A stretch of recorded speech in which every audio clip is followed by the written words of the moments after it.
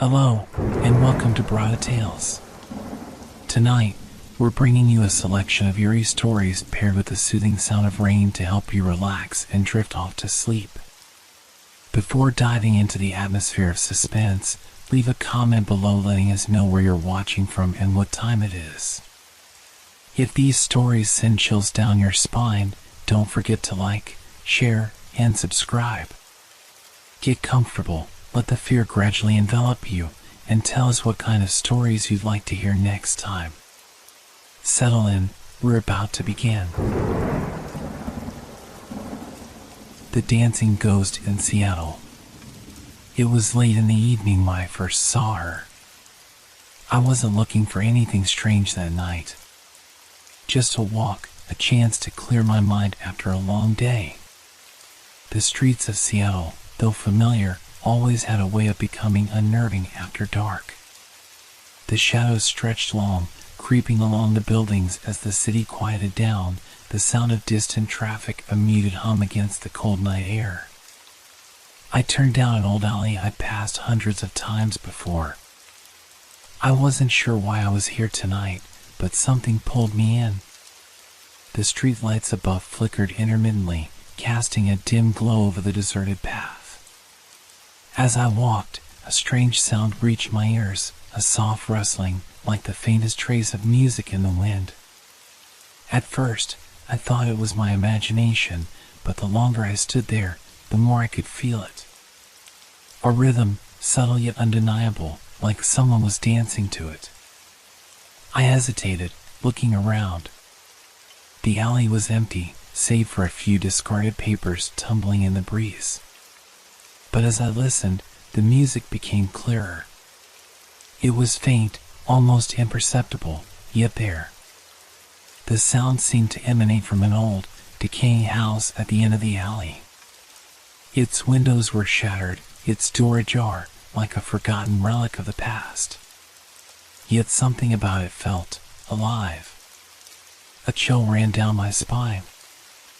I had heard rumors about the house. People whispered that it was haunted, but I never paid much attention to the stories. Until now. Curiosity gnawed at me. I stepped closer, drawn to the house despite the unease creeping into my thoughts. The music seemed to intensify as I approached, and with it, the sensation of someone else's presence. The windows of the house glowed faintly, casting an eerie light that I couldn't explain. The door creaked open as if it had been waiting for me. For a moment, I stood at the threshold, watching. The figure inside the house was faint, almost ethereal. It was a woman, dressed in an old-fashioned gown, moving with a grace that seemed unnatural. She was dancing, but no one could hear her music. Only I could hear it, or perhaps it was the only sound I could hear in that moment. She spun and twirled, as though lost in the rhythm of her own world, her movements fluid and mesmerizing. I couldn't look away. But the more I watched, the more I realized something was wrong. The music was not coming from anywhere I could see. It was as if it was coming from her, or perhaps the very air around her. Each turn of her body seemed to make the world grow colder. The temperature dropped noticeably, and a fog began to seep into the room. The hair on the back of my neck stood up, and an overwhelming sense of dread washed over me. I stepped forward, unable to help myself. Something about the way she danced, it was as if she were calling me, beckoning me closer. Her movements grew more frantic, faster, as though she sensed my approach. The music swirled in my ears, its haunting notes growing louder, faster, until they were all I could hear. I hesitated, my heart racing. Was this real? My mind searched for an explanation, perhaps an old radio left on somewhere, or a trick of the light. But no, this was different. The chill was too real, the figure too lifelike in her movement. I took another step. And then, everything stopped. The music, her dance, it all froze, like a record abruptly skipping. The woman paused mid-spin, her face now visible. Her eyes were hollow, empty voids, and for a fleeting moment they seemed to stare directly at me.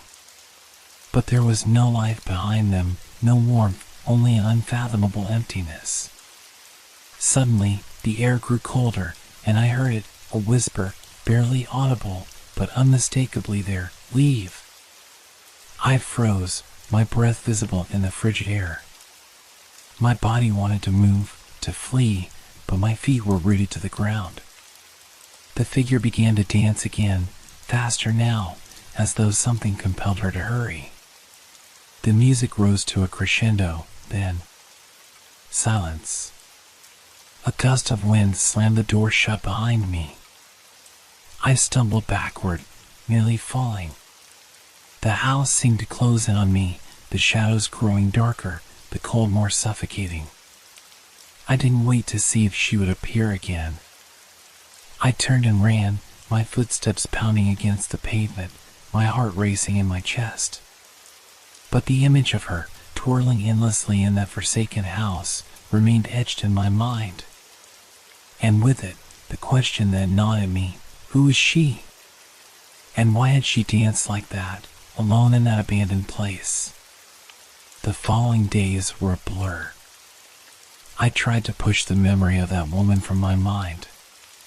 But the strange sight, the cold, the music, those things clung to me like a shadow, lurking just beneath the surface. The city felt different now, somehow. Even in the busiest streets, I couldn't shake the feeling that someone, or something, was watching me. It wasn't long before I found myself back in the alley. I wasn't sure what had drawn me there.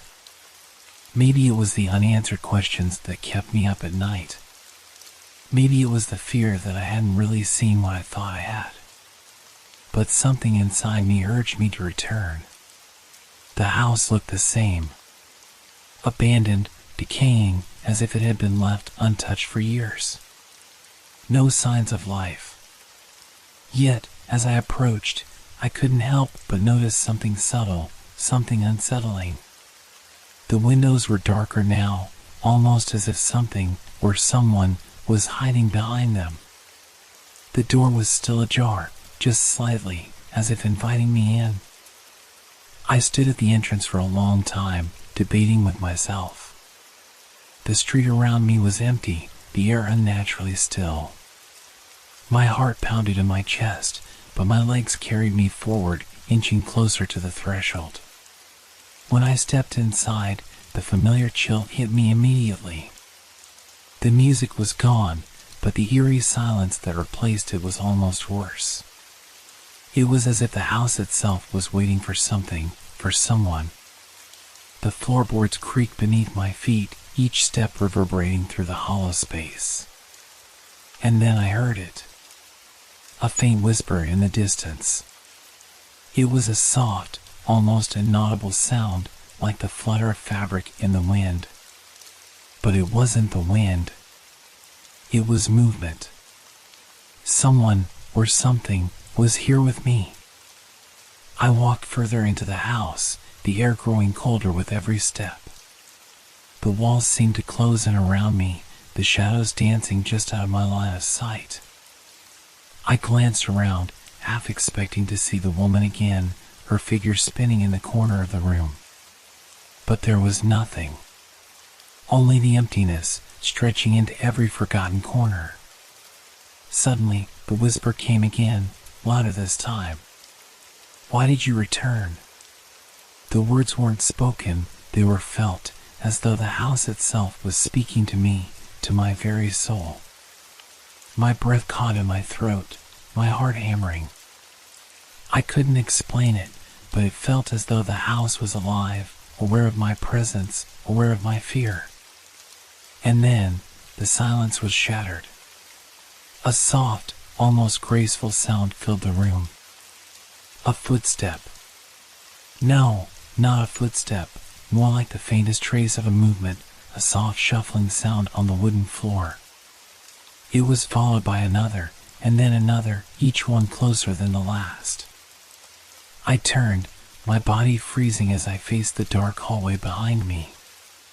My eyes were drawn to the far end of the corridor where a faint light flickered. There, at the end of the hall, I saw it, her. The woman, still dressed in that old gown, her back to me as she moved with that same haunting grace. She didn't turn, didn't acknowledge my presence. She just danced. Her movements were slow at first, almost languid, as if she were waiting for something, for me. Then, as I stood there, rooted to the spot, they began to quicken. Her arms swayed, her feet tapped lightly against the floor, the music building once again, echoing through the house like a symphony of madness. I stepped back, my mind racing. This couldn't be real. I had to be dreaming or hallucinating. But the cold, the unnatural chill that bit into my skin, the faint smell of something decayed, something old, told me otherwise. This wasn't a dream. I tried to call out, to ask her what she wanted, but my voice caught in my throat. It was as though I couldn't speak, as though the very air around me was suffocating me. The woman's dance became more frantic, more erratic, as though she were losing control, caught in a cycle she couldn't escape. I couldn't move. I couldn't think. Only watch as she danced faster and faster, her steps blurring, becoming a whirlwind of motion, a blur of pale fabric and ghostly movements. And then, without warning, she stopped. The music ceased. The air felt dead still. I stood there, gasping for breath, my chest tight with terror. The room was freezing now, the cold seeping into my bones. I couldn't feel my fingers, my legs numb from standing still for so long. And then, I heard it again. The whisper. Closer now, right behind me. Leave, before it's too late. I spun around, but there was no one there. No sign of the woman. Only the empty hallway stretching before me, cold and silent. I knew, without a doubt, that I wasn't alone. Whatever she was, wherever she came from, she was here, in this house. And she wouldn't let me leave. My heart pounded, my mind screaming at me to run, but my body refused to obey. The house was alive, and it was waiting for me to make my next move. But before I could take a step, the door slammed shut behind me, the sound of it echoing through the house like the roar of thunder. I was trapped. Trapped with her. And then I heard the footsteps again. Closer this time. She was coming, and I was no longer sure I could escape. My heart was pounding in my ears as I stood frozen in the center of the room. The house seemed to be alive with a malevolent presence, every creak of the floorboards, every shifting shadow, amplifying the growing sense of dread. I turned back to the door, but it remained closed, locked as if it had never been open at all. The air was suffocating, thick with the smell of dust and decay, and my breath came in ragged gasps. The footsteps were unmistakable now, slow, deliberate, approaching from behind. Each step echoed through the room, the sound hollow and unnatural, as though they weren't quite real. The walls seemed to close in, the darkness pressing against me like a weight. I could feel her presence without needing to see her, could sense the pull of her movements in the very air around me. I turned quickly, my eyes darting around the room, but there was nothing there, no figure, no sign of the woman who had haunted my every thought since I first saw her. But I could hear her. Her dance. The rhythm of her steps was unmistakable, a maddening sound, like a clock ticking down to some inevitable end. Suddenly, the floor beneath me groaned. The shadows deepened, stretching unnaturally toward me, and I saw it, just for a moment, before the darkness swallowed it whole, a flicker of movement at the far end of the room. The woman, her figure barely visible, was dancing again, but this time her movements were erratic, violent, as if she were no longer in control. I staggered back, my mind reeling. Was this her?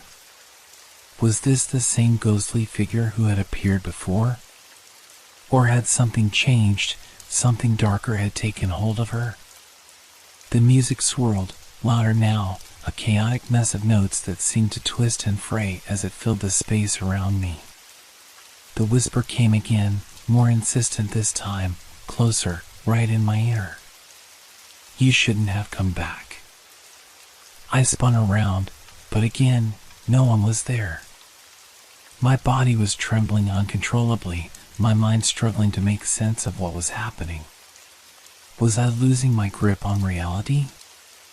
Was this some twisted dream I couldn't escape from? But everything felt too real.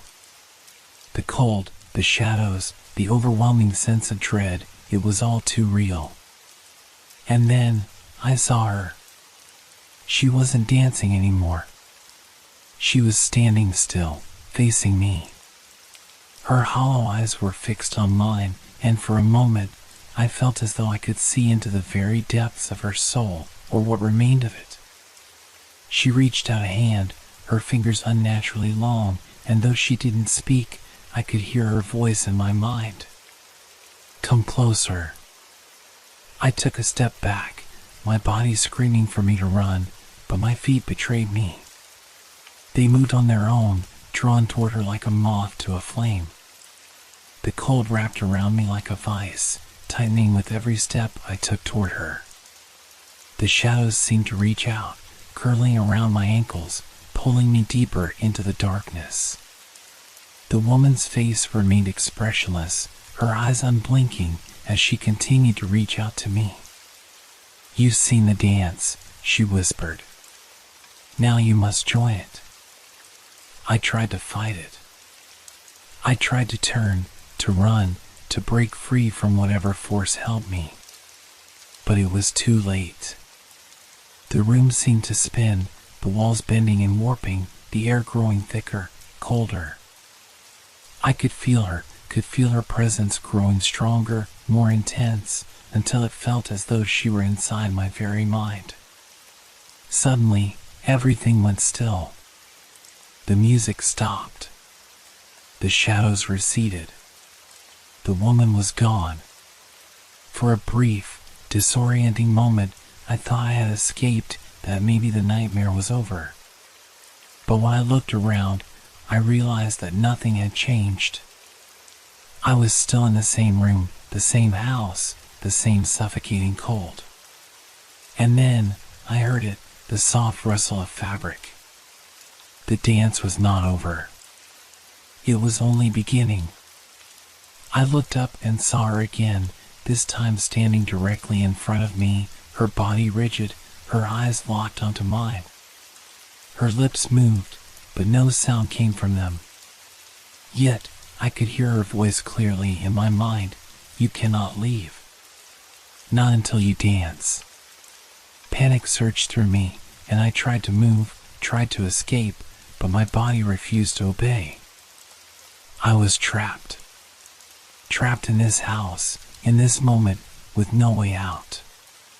She reached out once more, and this time, I couldn't resist. Her hand gripped mine, cold as ice, her fingers digging into my skin, sending a shock of freezing terror through me. She pulled me into the center of the room, and suddenly, my body began to move of its own accord. My feet shuffled, then slid, then twirled. I was dancing. But it wasn't me. It was her, forcing my body to move, to follow her rhythm.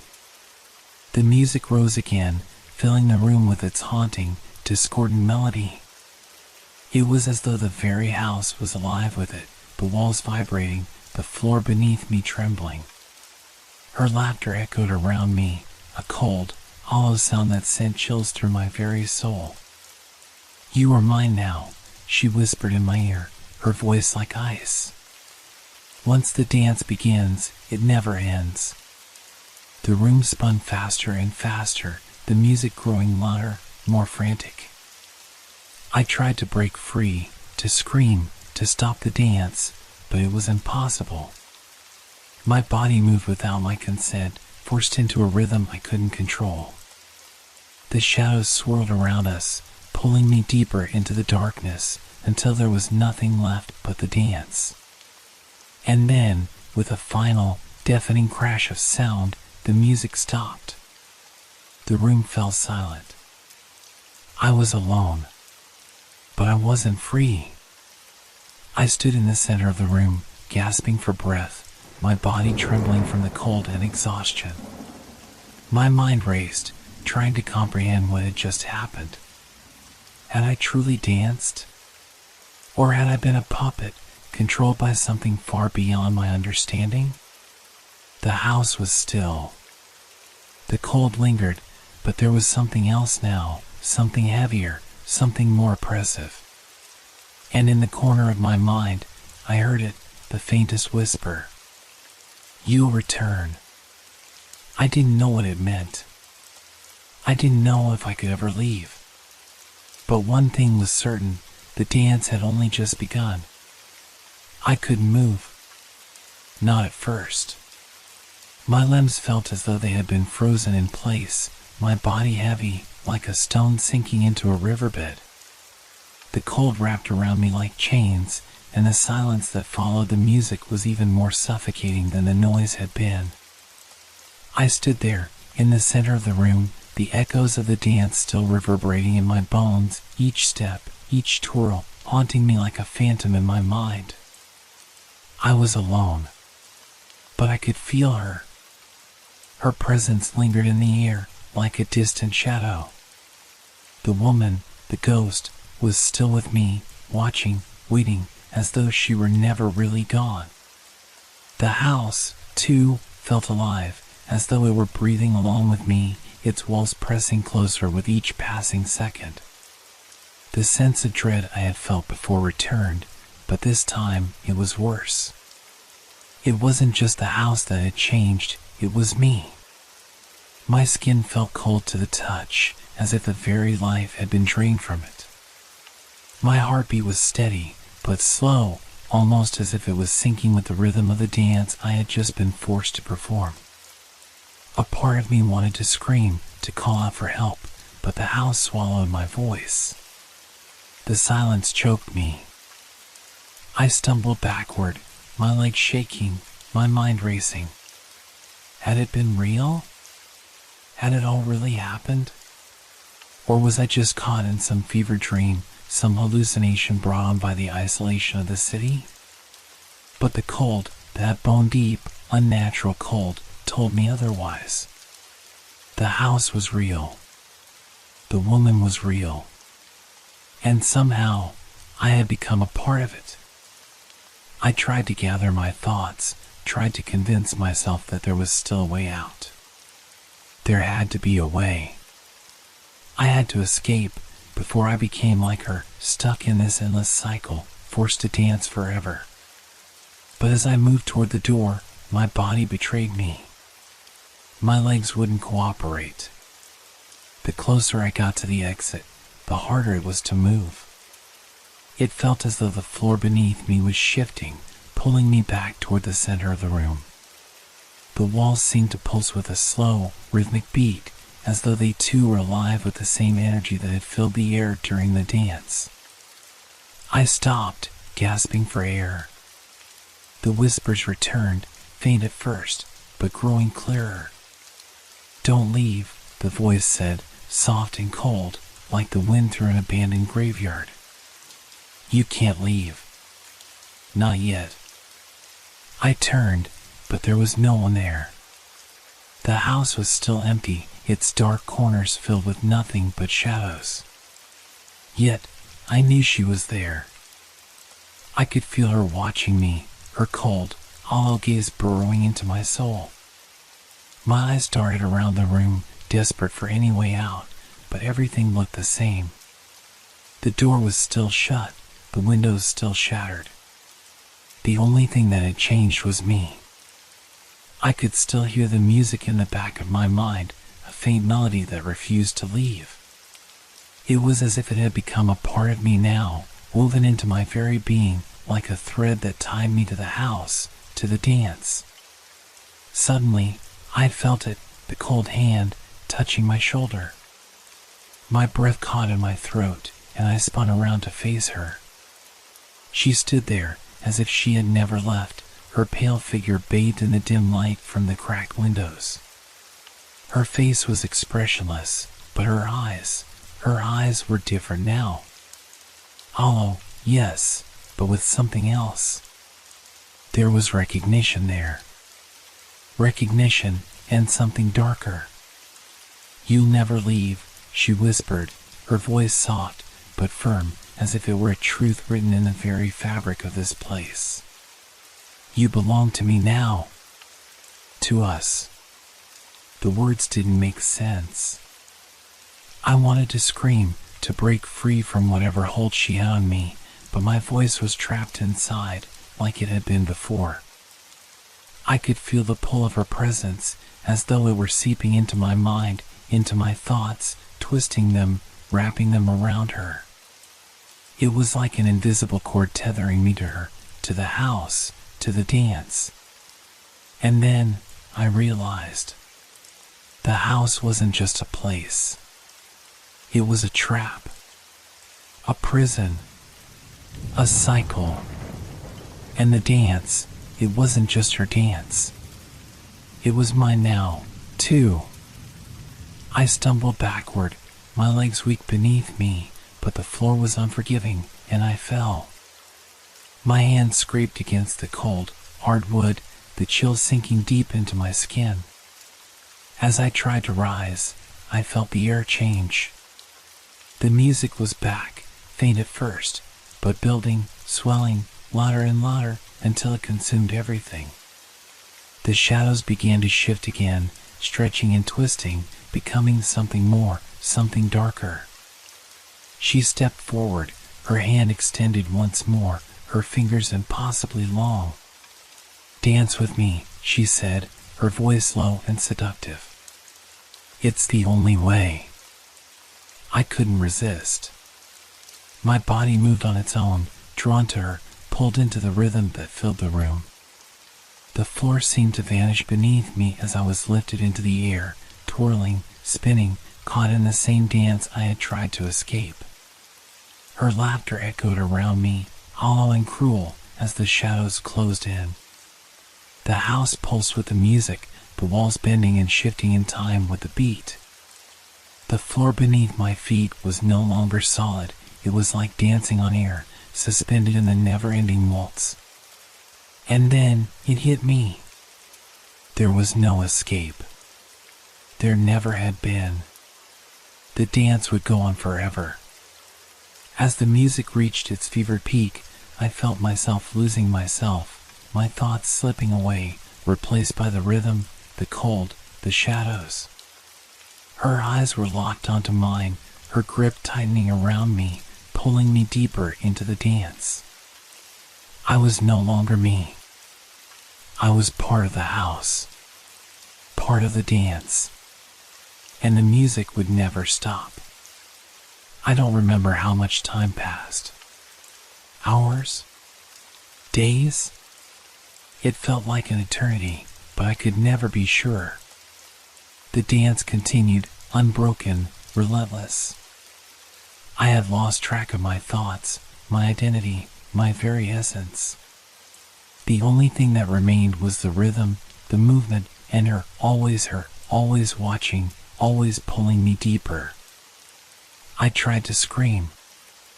I tried to break free, but the house, the floor, the walls, they wouldn't let me.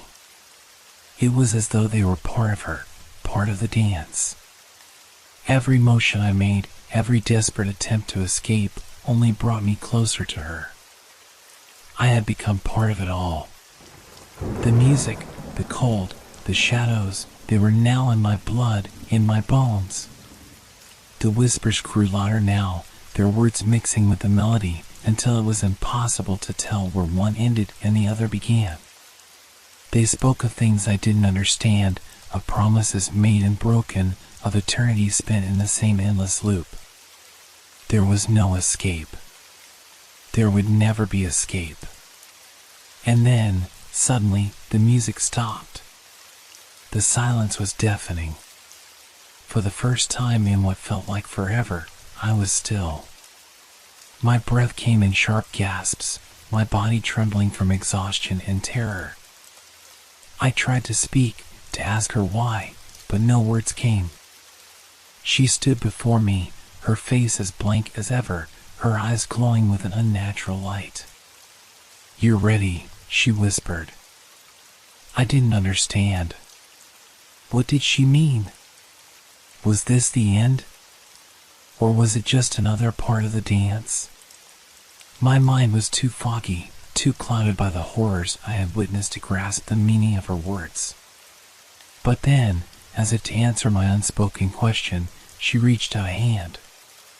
The moment her fingers touched my skin, a surge of icy cold shot through me, straight to my heart. It wasn't pain, it was something much worse. It was like being frozen, trapped in a place where time didn't exist. It was like being erased. The room around me began to distort, the walls bending, the shadows growing longer. The air itself seemed to warp, and the music, a faint, eerie melody, started to play again. But this time, it was different. This time, it was not the music of the dance. It was something darker, more sinister.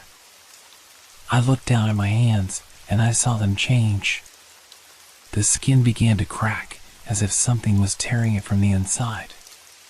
My fingers grew cold, brittle, as though they were turning to ice.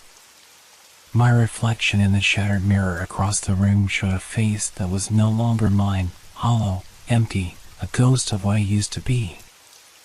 "You belong to us now," she said, her voice smooth and final, as though she were stating a truth that could never be denied.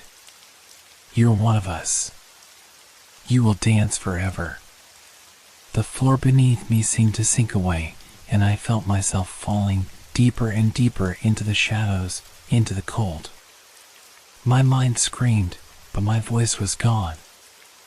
I reached out for anything to hold on to, but there was nothing. Only the cold. Only the dance. And then, in the depths of the darkness, I heard the music again. But this time, it wasn't just hers. It was mine, too. And as the shadows closed in around me, as the cold wrapped around my soul, I realized the terrible truth. There was no end to this. No escape. No salvation. I had become part of the house. Part of the dance. And it would never stop.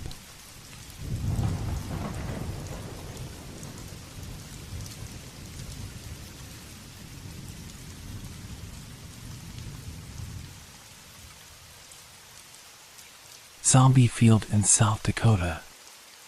It started as a rumor, as most strange things do in small towns.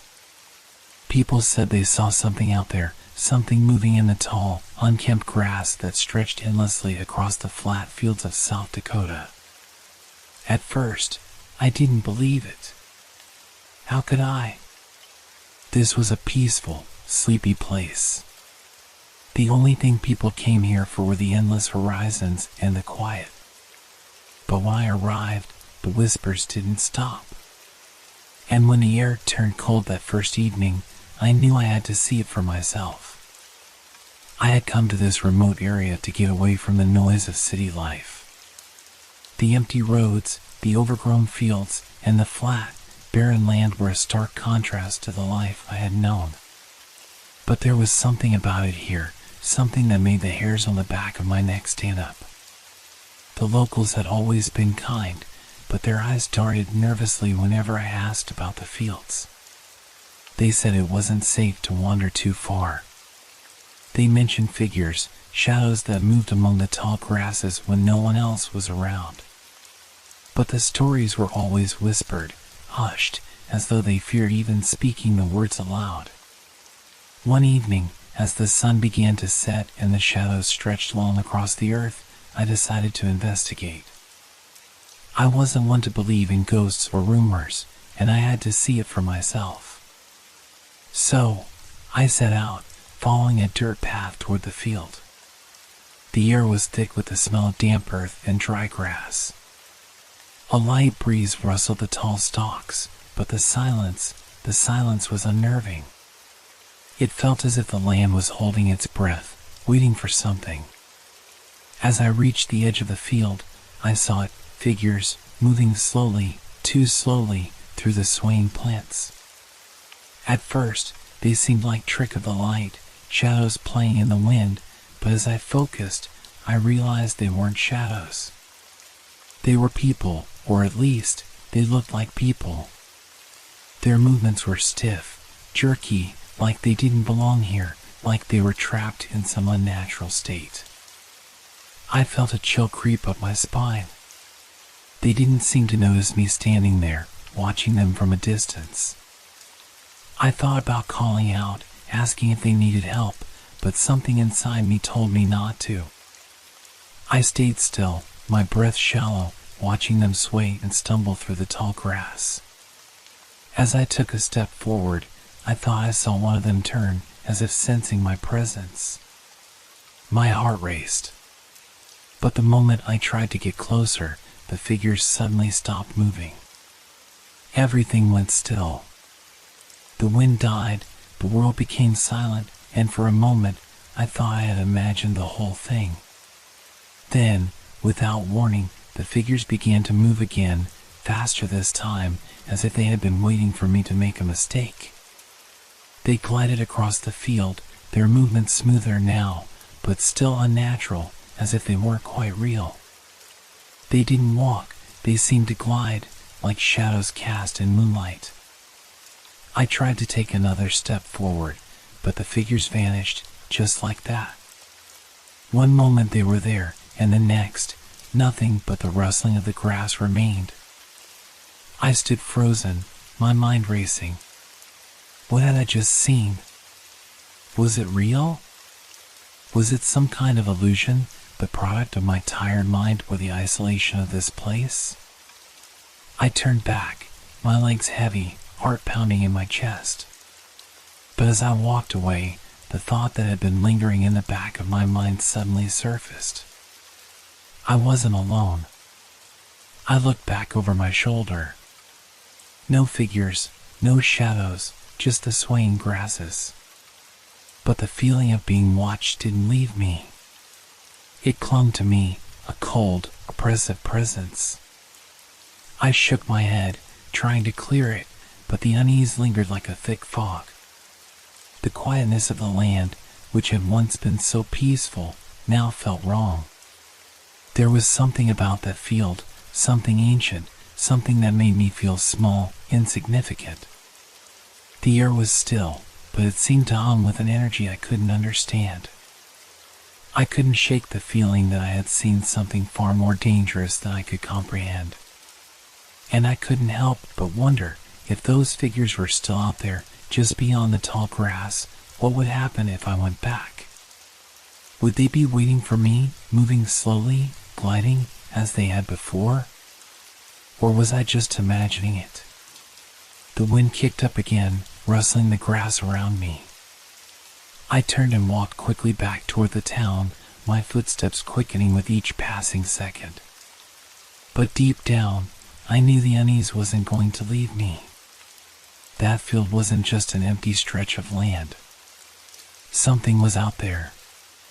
Something that didn't want to be found. And it was watching. The night brought no peace. I couldn't sleep. My mind replayed the figures in the field over and over again. Each time, I saw them more clearly, those unnatural movements, the way they glided instead of walking, the hollow emptiness in their gaze. They didn't feel like people. They felt like something else, something that didn't belong to this world. I couldn't shake the image of their eyes, blank, devoid of life, yet somehow aware. Watching. Waiting.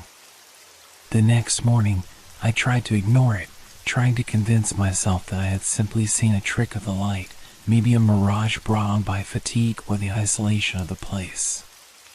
But the unease lingered. I couldn't bring myself to go near the field again. Not yet.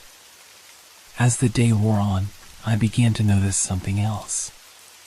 The townspeople, those who had been so friendly the day before, seemed distant, almost nervous around me. They would glance at me sideways, their eyes flickering away when I made eye contact. I tried to engage with a few of them, asking about the field and what I had seen, but their responses were always vague, uncomfortable. They would give me half answers, or tell me that the land was cursed and that I should stay away. But none of them would elaborate. Some things aren't meant to be understood, one man told me, his voice low, as though the very words themselves were dangerous. That field, it's been there longer than we have. There's things out there that nobody should mess with. The more I pressed, the more they closed off. It was as though they were trying to protect me from something, but protect me from what? What could possibly be so terrifying about a field of tall grass? As evening approached, I couldn't sit still any longer. I had to know. I had to go back. But this time, I would be smarter about it. I wouldn't get too close. I would just watch from a distance and figure out what was really going on. The sun was setting, casting long shadows across the earth as I made my way to the edge of the field. The air had a strange weight to it now, thick and heavy, as though the atmosphere itself was pregnant with something ominous. The rustling of the grass in the wind sounded almost too loud, too insistent, as if the earth itself were alive. I stood at the edge, watching. At first, nothing happened. The field was empty, the wind was calm, and for a moment, I thought I had been foolish. But then I saw it again, movement, far off in the distance. A figure, stumbling through the tall grass. I squinted, trying to make it out, but it was too far. Was it a person? Or was it something else? I held my breath as I watched it move. Slowly, jerking to one side, as though it wasn't sure which way to go. The movement was too erratic to be a person walking normally. This wasn't human. And then, as if sensing my gaze, it stopped. I froze.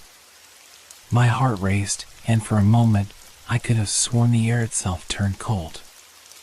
It stared back at me.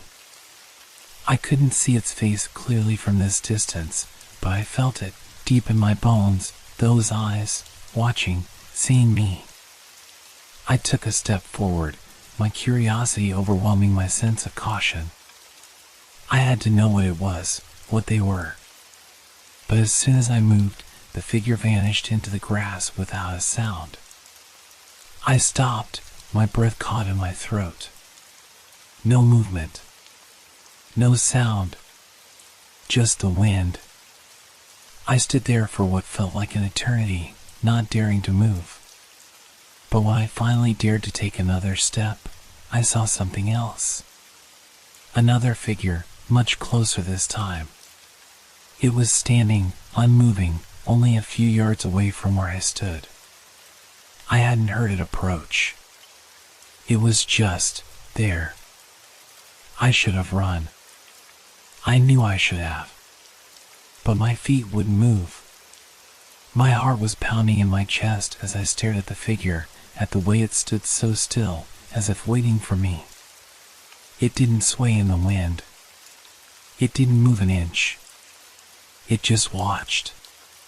It was then that I realized something. There were more of them. I could see them, scattered across the field, all standing motionless, their outlines barely visible against the darkening sky. I counted at least a dozen, maybe more, all waiting, all watching. I took a step back, slowly, trying to make as little noise as possible. My breath was shallow, my hands shaking. I knew I was in danger. I had to leave. I had to get away before it was too late. But as I turned to run, something changed. The air around me felt different, heavier. The grass seemed to rustle louder, as if it were alive, as if it were calling to them. I could hear them now, the faint sound of dragging footsteps behind me, slow and deliberate. They were moving, and they were coming for me. I broke into a run, my legs burning, my heart racing in my chest. But no matter how fast I ran, I couldn't shake the feeling that they were always right behind me, just out of sight. And I could still hear those footsteps, faint but unmistakable, growing closer with each passing second. I didn't look back. I couldn't. I just ran as fast as I could until I reached the road and collapsed against the old fence, gasping for air. I don't know how long I sat there, trembling, trying to process what had happened. All I knew was that I had seen them. They were real. And they weren't just wandering the field, they were following me. And I was never going to be able to escape them. I looked back at the field one last time. It was empty now. Silent. But I knew better. They were still out there. Watching. And they would be waiting. I didn't sleep that night. The images from the field haunted me, those figures, so still and unnatural, and the sound of dragging footsteps, like something waiting just behind me. I kept seeing their eyes, vacant yet full of an unsettling awareness. It felt as if they had seen into me, into the deepest part of my soul. I didn't know how to explain it, but I knew I had to leave. But the town wouldn't let me. There was something in the way the people watched me now. It was different. Their eyes weren't just wary anymore, they were filled with something else. Fear. They all knew what happened out there. And they didn't want me to know. I couldn't stay here any longer, not when the weight of their silence hung so heavily in the air. It was as though everyone was keeping a terrible secret, a secret that would be revealed if I didn't leave before it was too late.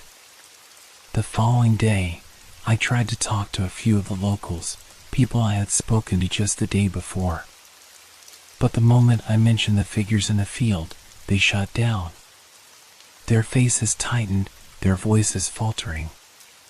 One woman, her hands trembling, told me to forget what I'd seen. That was when I understood. They weren't afraid of me, they were afraid for me. They knew what happened to those who ventured too close to the field. And they had seen it before. I couldn't ignore it any longer. I had to find out what was going on. I had to understand why I was being watched, why the field was cursed, why those figures were there, moving, waiting. As night fell again, I gathered what little courage I had left and set out toward the field. The sun had dipped below the horizon, leaving a blanket of cold, thick darkness. The wind was sharper this time, cutting through the air like a knife. The field looked more imposing, the tall grass casting long shadows that seemed to shift and move on their own. I took a deep breath, steadying myself. I knew I had to face this, even if it meant facing something I couldn't explain. Something that wasn't human. I stepped into the field once more, the tall grass swaying around me. My breath came in quick, shallow bursts as I walked deeper into the darkness, trying to steady my nerves. But it was getting harder to ignore the sense of being watched. Every step I took felt heavier, as though the air was thickening with dread. And then, there they were again. Figures standing motionless between the stalks of grass. This time, they weren't scattered across the field, like before. No. This time, they were closer, almost as if they were waiting for me to walk into their trap. I froze. My blood turned to ice in my veins. They didn't move at first. The wind blew, but they remained perfectly still. My heart hammered in my chest as I took in the scene before me. The figures were dressed in tattered clothes, some of them in old, worn-out overalls, others in what appeared to be torn dresses. Their faces were obscured by shadows, but their movements, so unnatural, jerky, betrayed something that wasn't quite human. The slightest flicker of their heads towards me confirmed that they were aware of my presence. And then it happened. The first figure moved. Slowly, like a machine winding into motion, its arms outstretched as it lurched towards me. The movement was so unnatural, so wrong, that my entire body screamed at me to run. But I couldn't. My feet were rooted to the spot. As if in response to its movement, the others began to stir. One by one, they started moving, shambling slowly, dragging their feet across the ground in that slow, deliberate way. The sound of their feet scraping the earth, the air filled with the soft swish of the grass, made my stomach churn with dread. I wanted to scream, to turn and run, but I couldn't make myself move. It was as if something had a hold on me, something invisible, but real. I felt their gaze upon me, heavy and suffocating. The cold seeped into my bones, as if the air itself had turned to ice. Then, one of them, closer than the rest, raised its head and I finally saw its face. It was a woman, or had been at some point. Her face was gaunt, skin stretched thin over bone. Her eyes were wide, unnaturally so, empty voids, but there was a flicker of recognition in them. She stopped just a few feet away from me, her mouth pouring in a slow, eerie grin, but no sound came from her lips. I wanted to move, to run, but my body was locked in place, my muscles refusing to obey. The other figures were closing in now, their movements still jerky, unnatural, but the closer they came, the more palpable the dread became. I realized they weren't just figures, they were coming for me. I turned, desperate to escape, but my legs felt like they were made of stone. They were too close now, the figures surrounding me, their movements swift and fluid in a way that should have been impossible for things so broken, so wrong. A sharp, guttural sound suddenly pierced the air, a dry, raspy noise that echoed across the field. I turned to see the woman in the front, her head tilted at an impossible angle, a noise like a broken whisper escaping from her throat. The air grew colder, the pressure around me thicker, suffocating. And then, just as suddenly, everything stopped. The wind died. The grass ceased its movement. The figures froze in place, staring at me with their hollow eyes.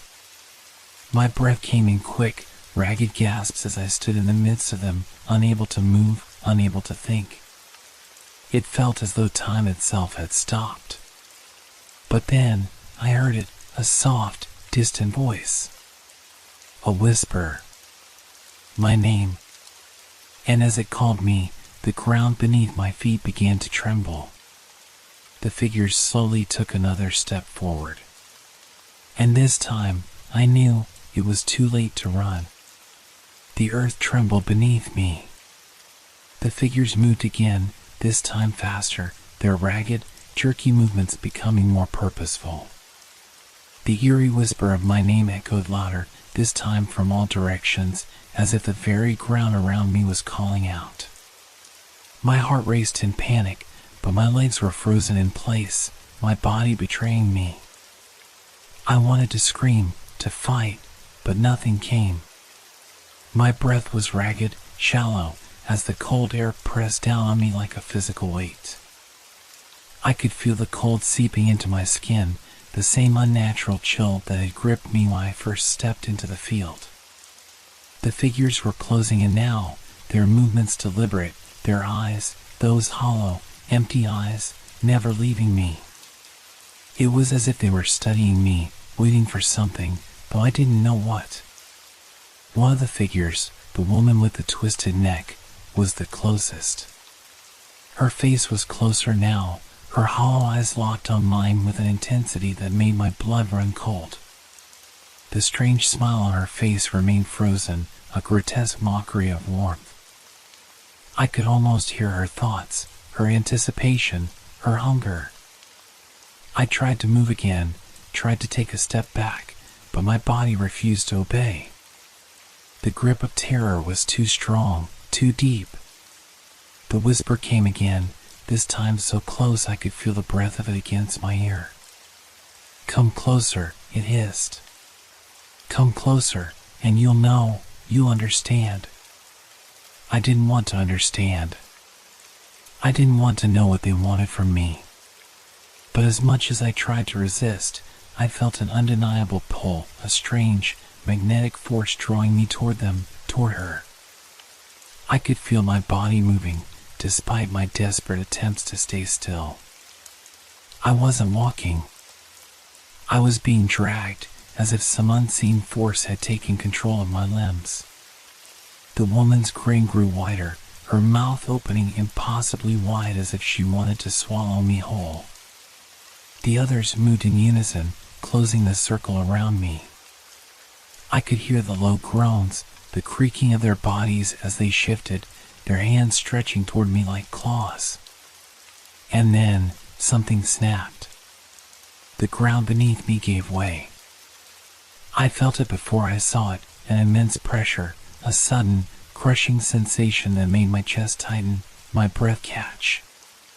The earth cracked open, sending a wave of cold air rushing up from the depths below. I stumbled, falling to my knees. As the figures closed in, their hands touched me, cold and clammy, like death itself. The contact sent a jolt of ice through my veins, numbing me, making my skin burn with the sensation of being touched by something beyond the living. In that instant, I understood. This field, this cursed ground, was not just a place of death. It was a place where the dead came to claim the living, where the souls of those who had perished here returned, forever caught between the realms of the living and the dead.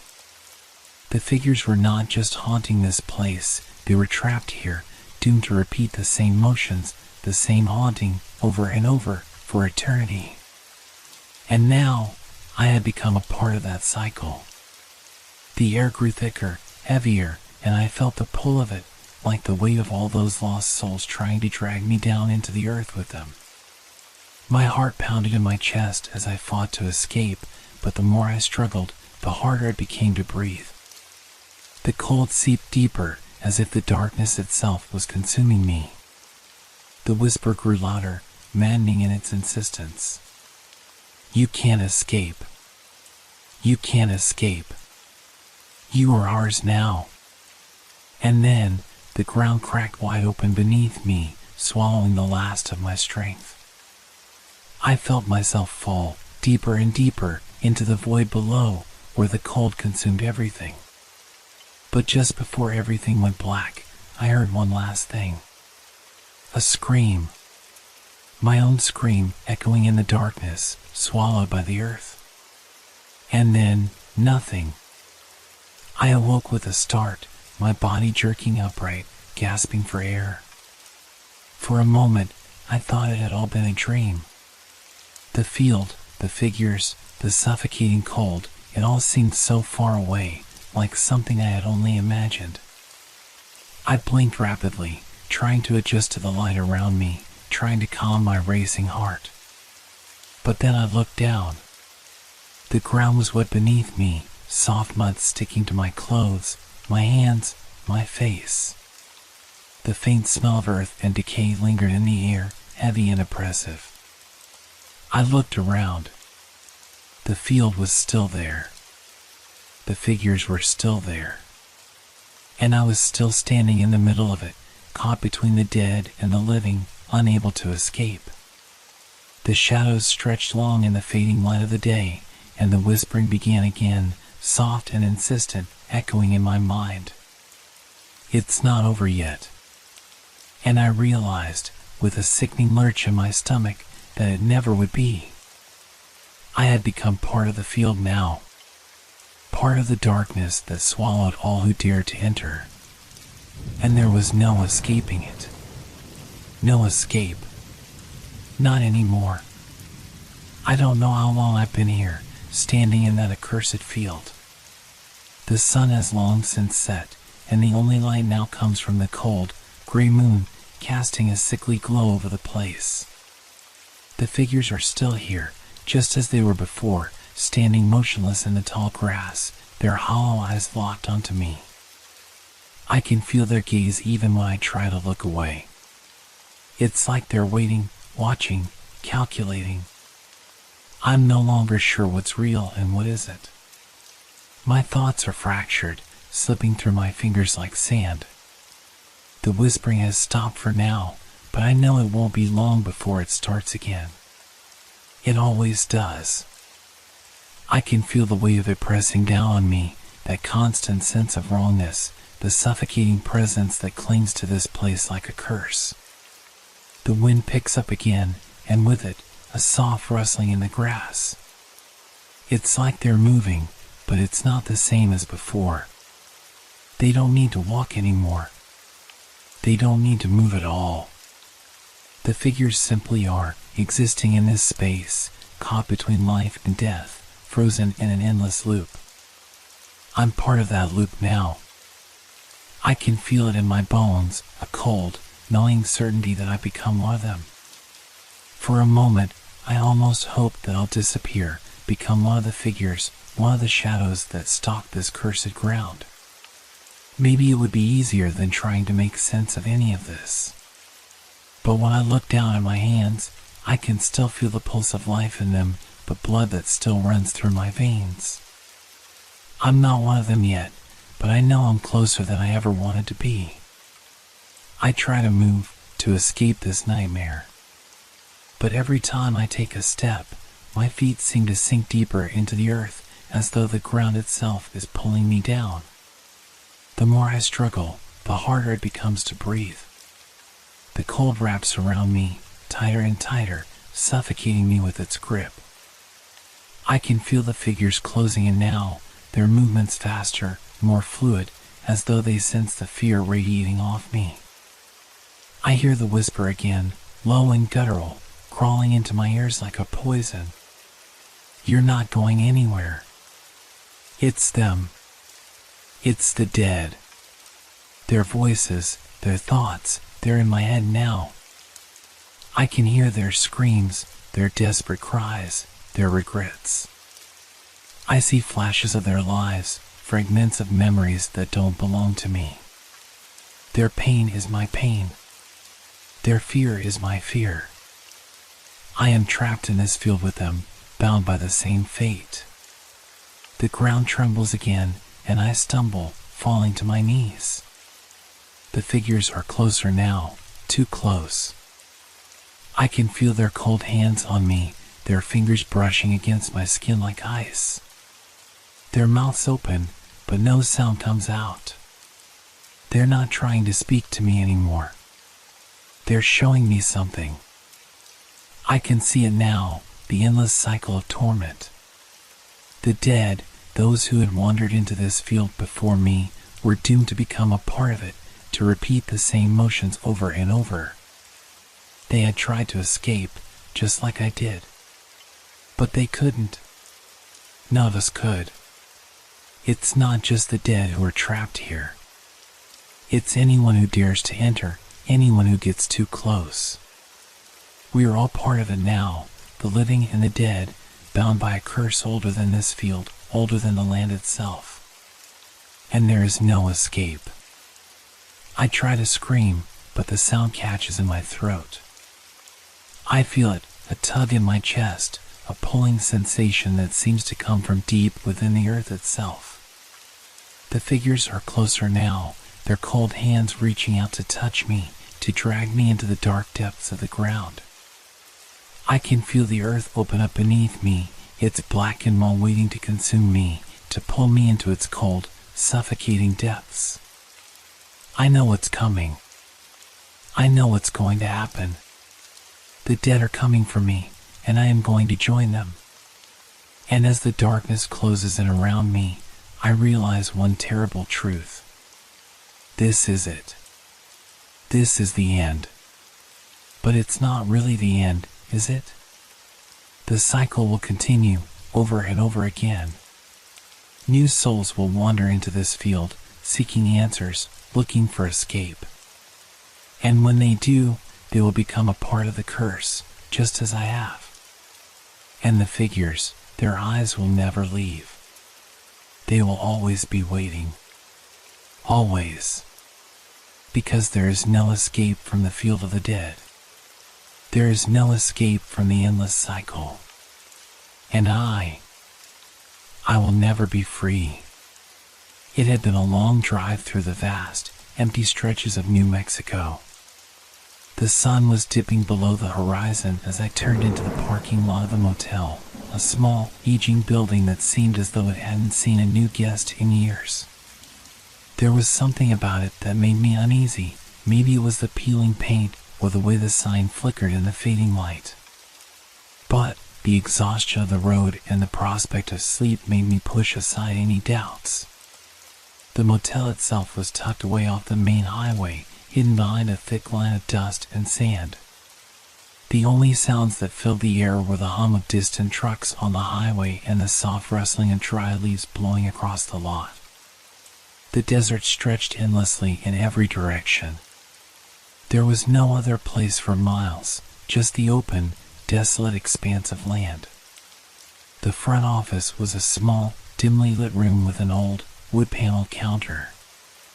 A bell rang as I opened the door, the sound almost too sharp in the stillness. Behind the counter, a middle-aged man with thinning hair and a worn expression looked up from a book. His eyes were pale, almost ghostly, but he gave me a slow, almost too polite smile. "Need a room?" he asked, his voice deep but lacking warmth. I nodded, feeling the weight of his gaze as he typed something into an ancient register, a typewriter click-clacking with each key he pressed. The room smelled faintly of mildew, but the bed seemed inviting enough, and the low hum of the air conditioner added a monotonous background noise that promised a night of rest. I closed the door behind me and locked it, glancing at the thin curtains that barely covered the small window. Outside, the sky had already darkened into twilight, and the desert night had begun to take over. The motel was quiet, too quiet. I went to the bathroom to wash up, the small mirror above the sink reflecting my tired face. When I turned away, I caught a glimpse of movement in the reflection, just a shadow flitting across the wall behind me. I froze for a moment, turning quickly to see the empty room. My heart beat faster, but I dismissed it as nothing more than the trick of tired eyes. Back in the room, I pulled the covers back and climbed into bed. The air felt colder now, and the silence in the room grew oppressive. I closed my eyes, trying to will myself into sleep, but I couldn't shake the feeling that something was wrong. The longer I lay there, the more I became aware of a strange noise, distant, but growing nearer. It sounded like soft footsteps echoing from the hallway outside. I held my breath, straining to listen. The footsteps were unmistakable. They stopped right outside my door.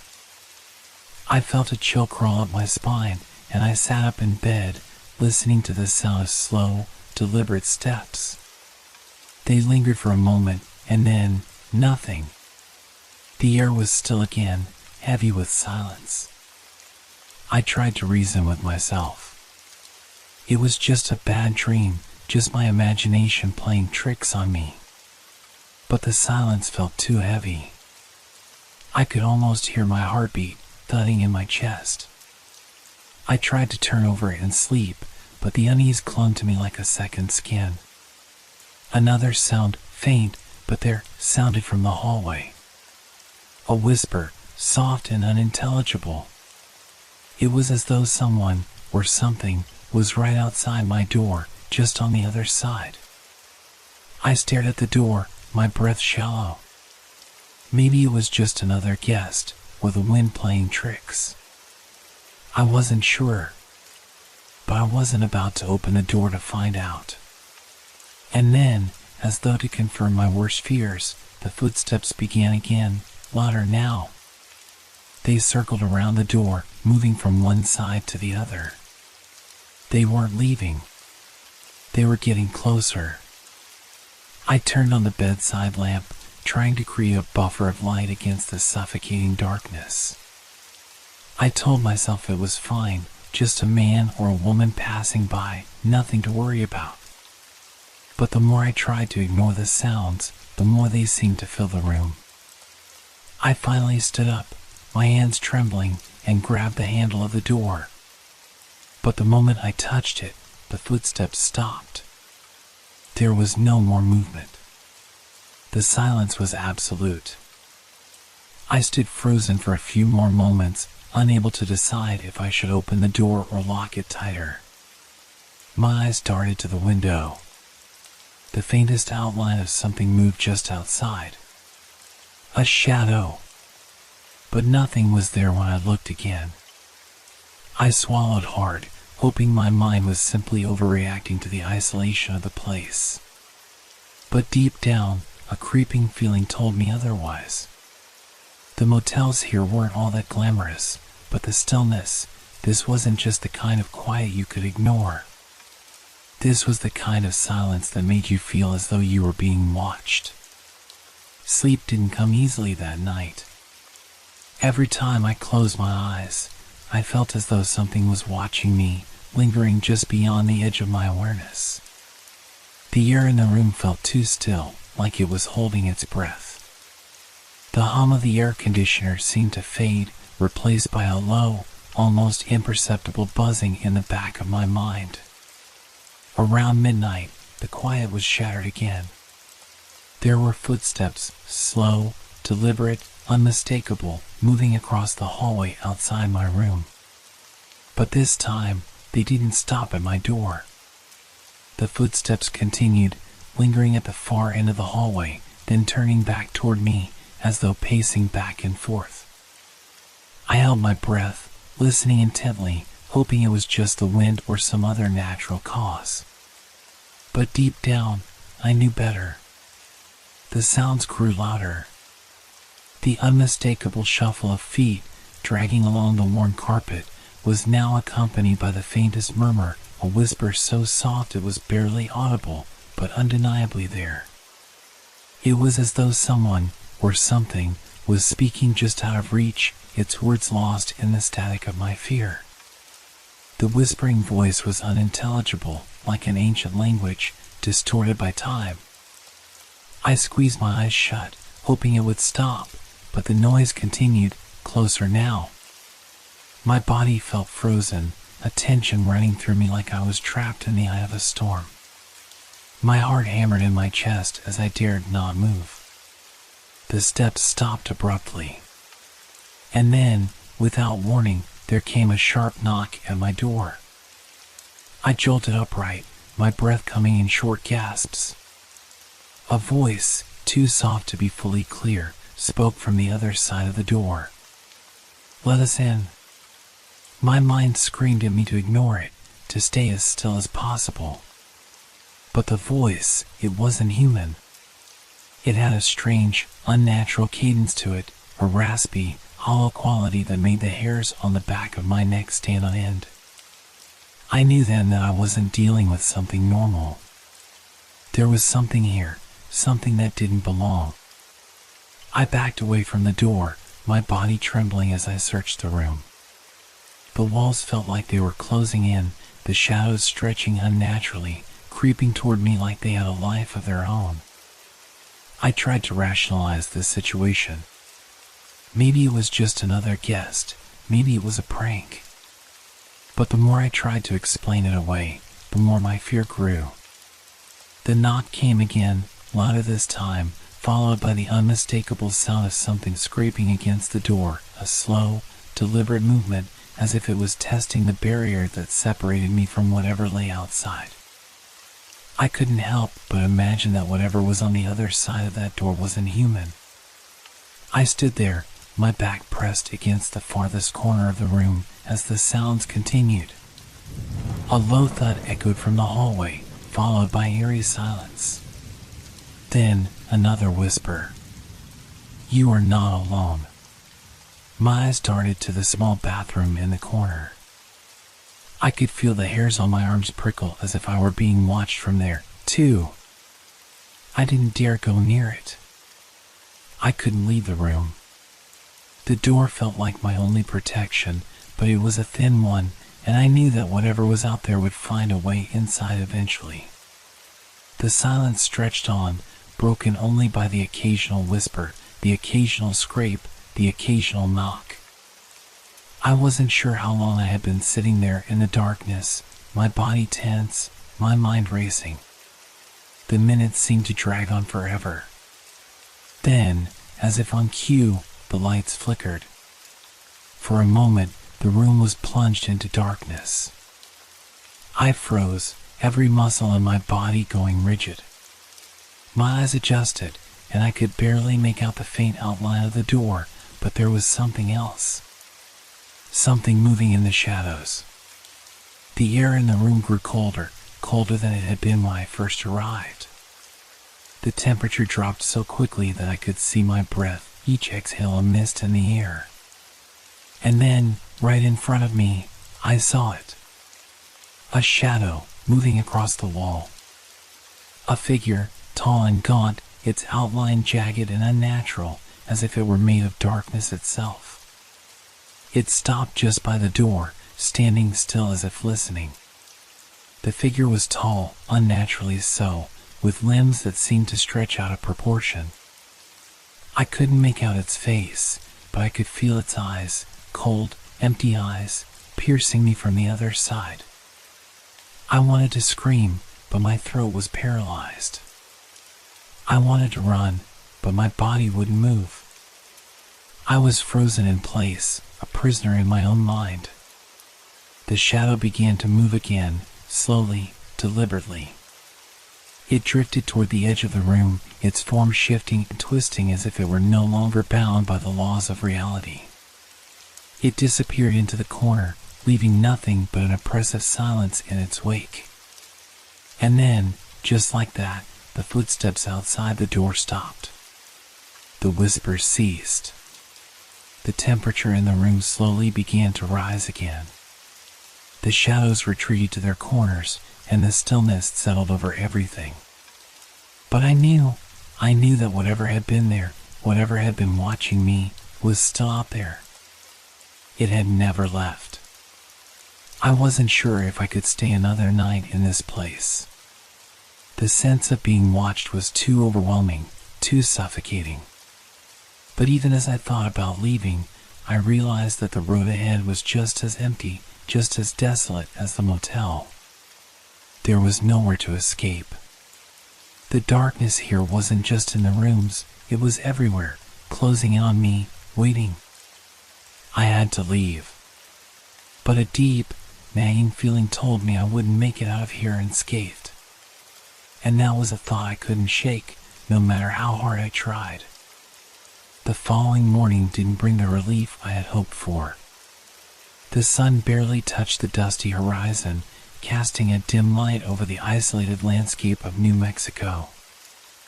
I stepped out of my room, trying to push the horrors of the night out of my mind. The motel felt quiet, too quiet. The normal sounds of the morning, birds chirping, cars passing, were absent. Instead, there was only an eerie stillness, like the world itself was holding its breath. I tried to convince myself that I had imagined it all. The strange noises, the whispers, the shadow that had stalked the room, it had to be a product of my exhaustion. The mind plays tricks when it's overworked, and the strange isolation of this place had only heightened my senses. I wandered to the small office near the entrance, hoping to check out and put this nightmare behind me. The door creaked open, and the air inside was thick with the smell of stale coffee and old paper. The woman behind the counter, the same one who had checked me in last night, gave me a weary smile as I approached. Leaving already? She asked, her voice too soft, almost distant. Yeah, I don't think I can stay another night here, I replied, trying to keep my voice steady. I didn't get much sleep. She didn't seem surprised. In fact, she almost looked resigned. Most of our guests don't, she said. But you should know something, just in case you come back. I raised an eyebrow, wondering if she was referring to the strange happenings last night.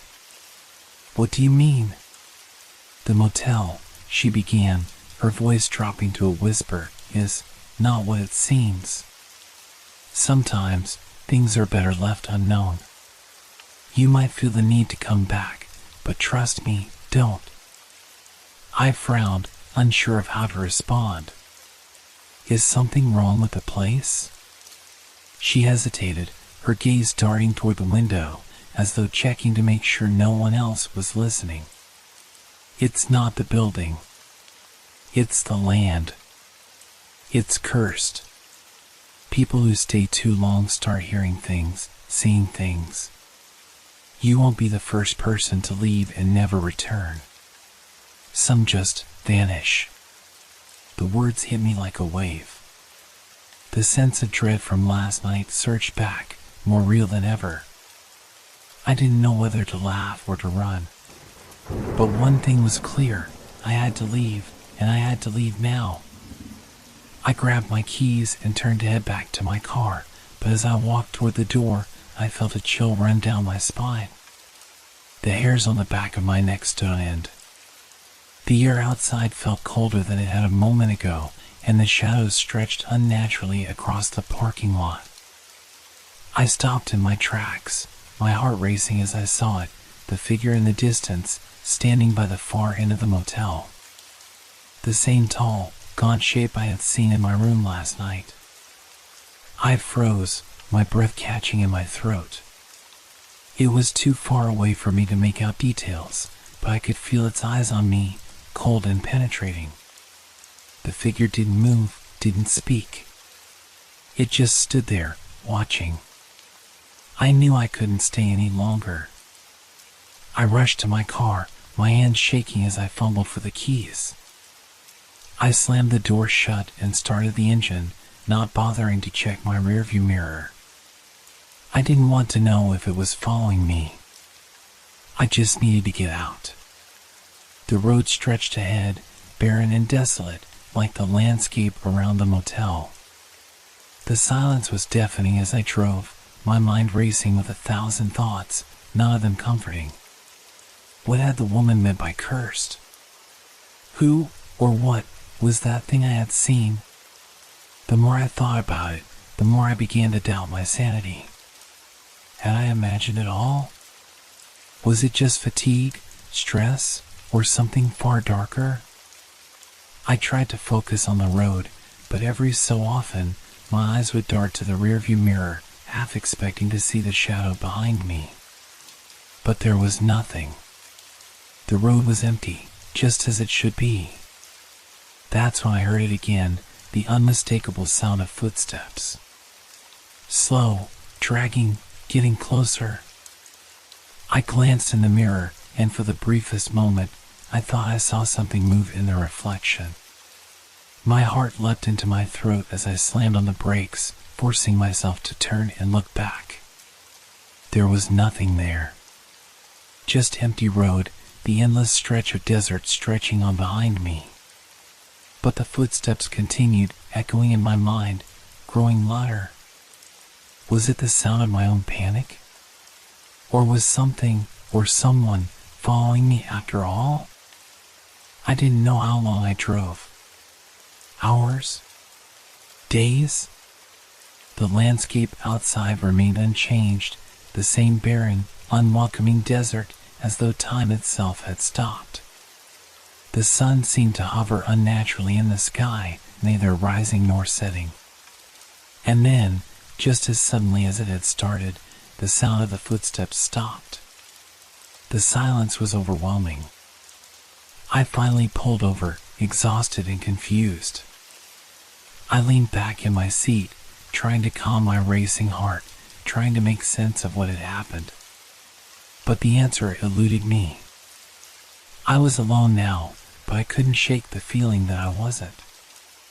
I don't know how long I sat there, lost in thought, before I heard it again. A voice, faint at first, then growing louder. "You can't escape." I turned quickly, my heart sinking in my chest. There was nothing behind me, just the vast expanse of empty desert.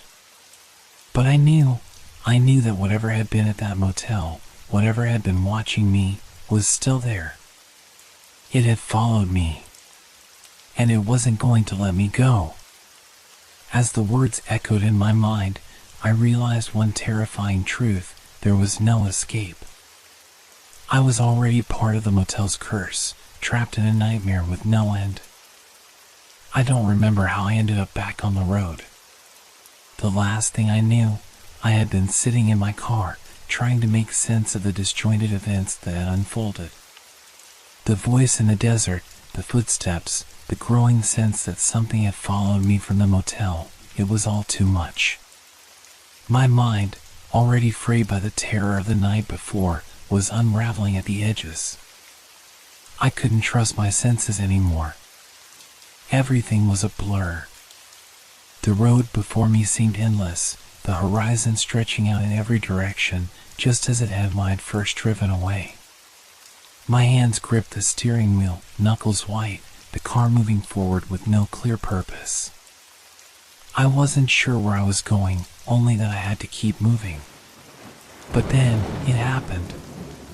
The motels. The signs. The flickering neon lights. All of them, just like the one I had stayed at. I froze. The thought of going back there made my stomach turn, yet here I was, pulling into another gravel parking lot, the shadows long and still. The same silent, oppressive atmosphere clung to this place as though it had been waiting for me, as if the desert itself had brought me back here, to where it all began. I tried to convince myself it was another stop. Just a coincidence. I was tired. I needed rest. But deep down, I knew that wasn't true. This wasn't just another motel. It was the same place. The door to the office creaked open before I could even reach it. The woman, the same woman, was standing behind the counter, her eyes wide, her expression one of quiet recognition. She knew why I was here, and she knew what had happened. Her face was a mask of resignation, as if this was all predestined. As if there was no way out. "You came back," she said softly, her voice barely above a whisper. I wanted to speak, to say something, anything, but no words came. My throat was dry, my mouth parched. I could feel the weight of her gaze on me, heavy and knowing. The air in the room felt suffocating, the very space alive with something dark and ancient. "You shouldn't have come back," she continued. "No one ever does, and no one ever survives." I opened my mouth to protest, but the words died on my lips. The room around me seemed to close in, the walls narrowing until they almost touched. I felt trapped, like the air itself had become thick with malevolent energy, suffocating me, making it hard to breathe. "Why?" I finally managed to choke out. "What is this place? What's happening?" The woman stepped forward, her face a mask of sorrow. "You don't understand," she said.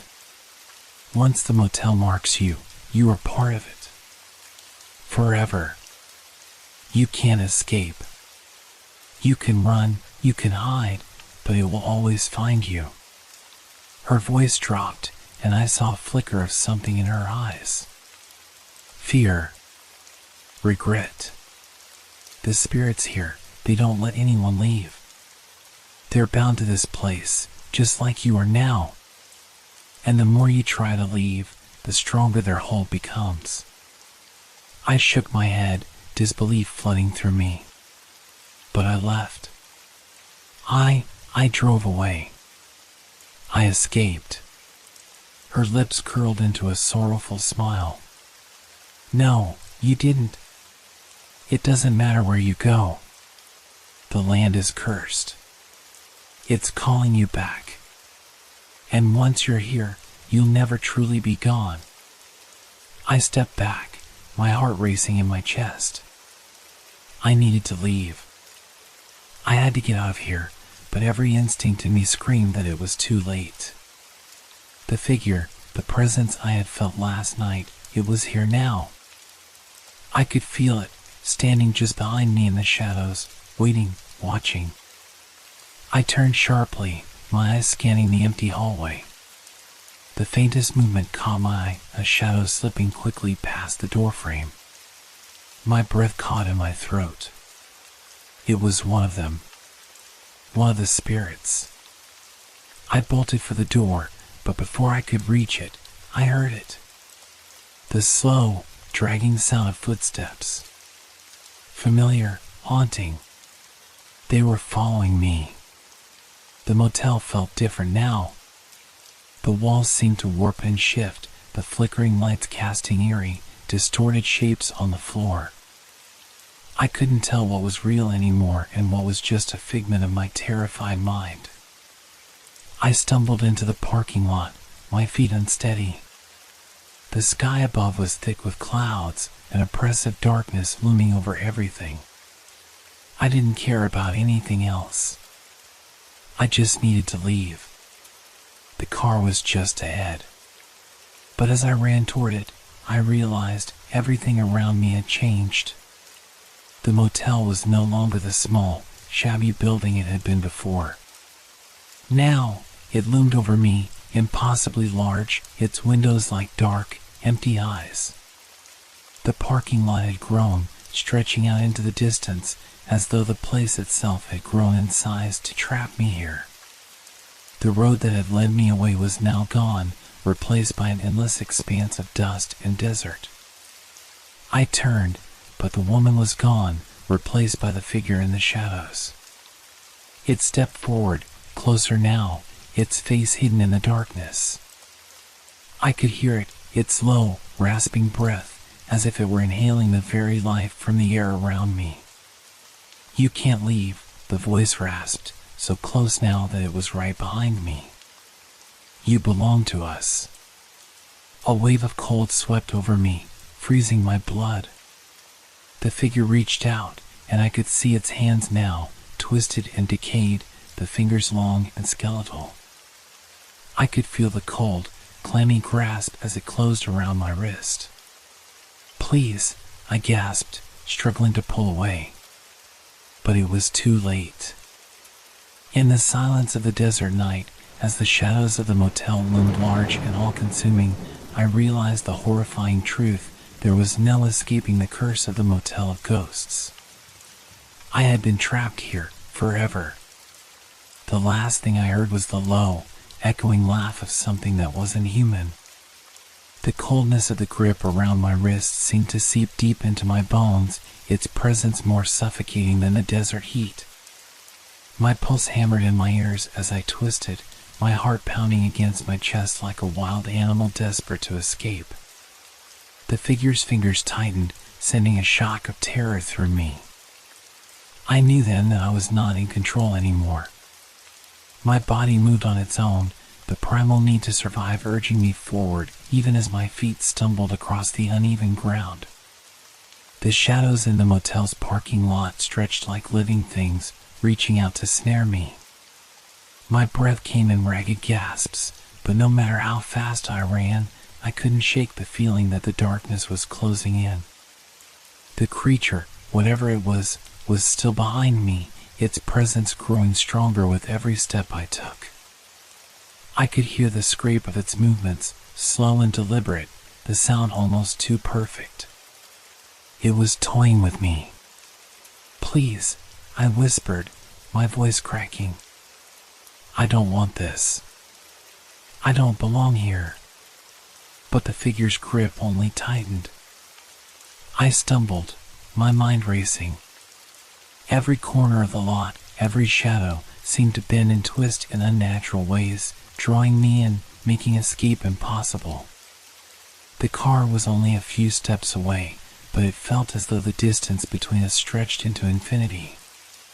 With every movement, the world around me seemed to become more distorted, the edges of reality blurring.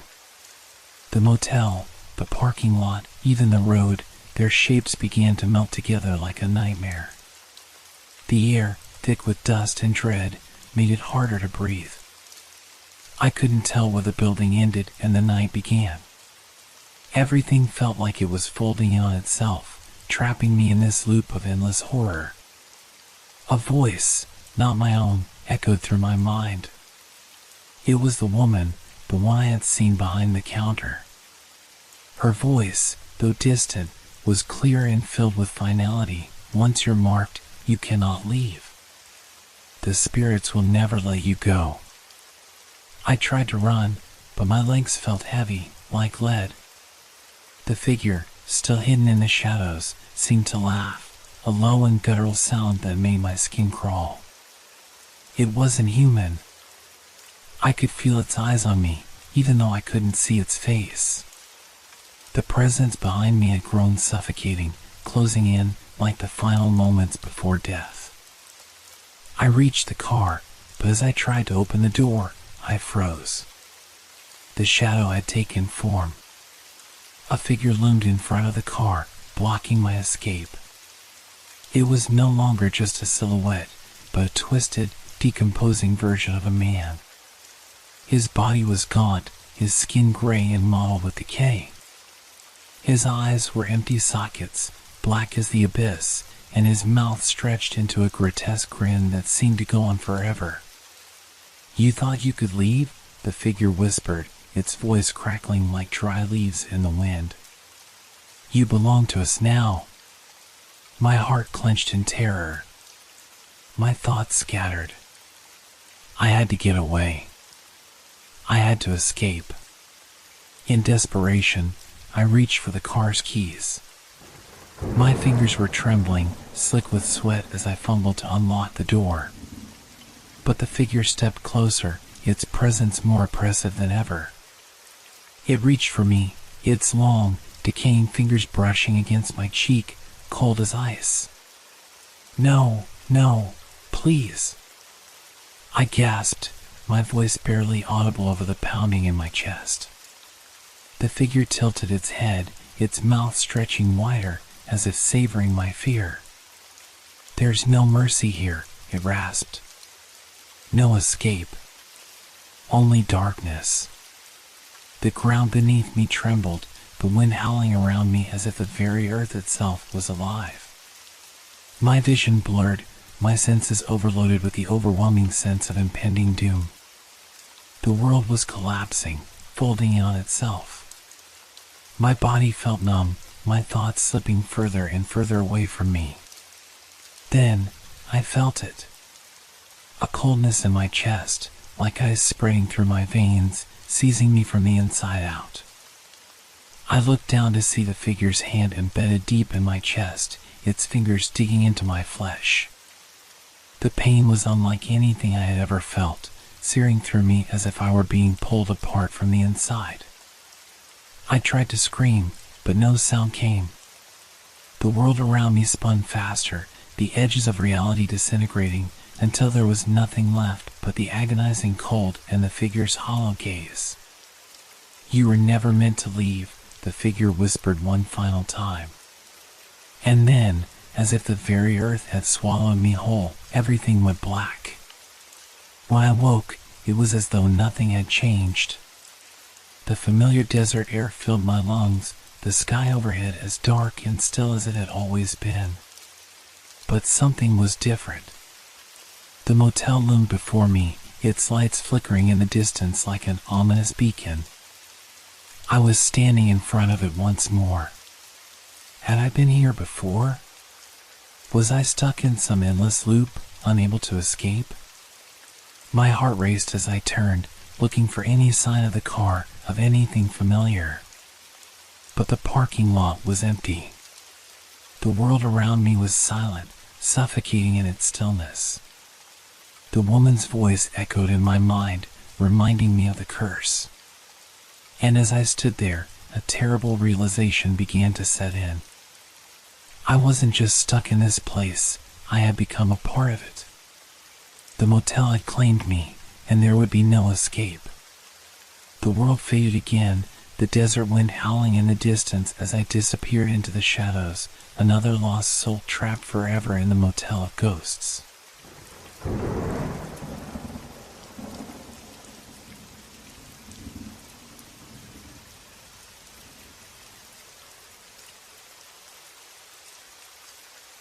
Chupacabra of Texas. It was one of those nights in Texas where the heat refuses to let go, even after the sun sinks behind the horizon. The air clung to my skin, thick and suffocating, but that wasn't what kept me awake. No, it was the unsettling quiet. The kind of silence that presses on your chest and makes every breath feel like a struggle. I was working late in the barn, the hum of the old fan in the corner my only company. The barn smelled like hay and leather, familiar scents that should have comforted me. But tonight, everything felt off. I kept hearing things. Small noises, like something moving in the dark. The wind rustled the trees outside, but it wasn't the wind I was listening for. It was something else. A soft scraping sound against the barn doors, like claws dragging across wood. Just the wind, I muttered under my breath, trying to convince myself. But I couldn't shake the feeling that something was watching me. Earlier that evening, my neighbor, Luke, had mentioned that something strange had been happening to his livestock.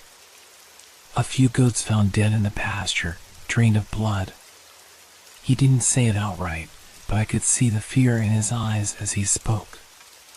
It was that kind of fear you only see in people when they're convinced something unnatural is stalking them. The sound from outside grew louder now, a low growl that seemed to vibrate in my chest.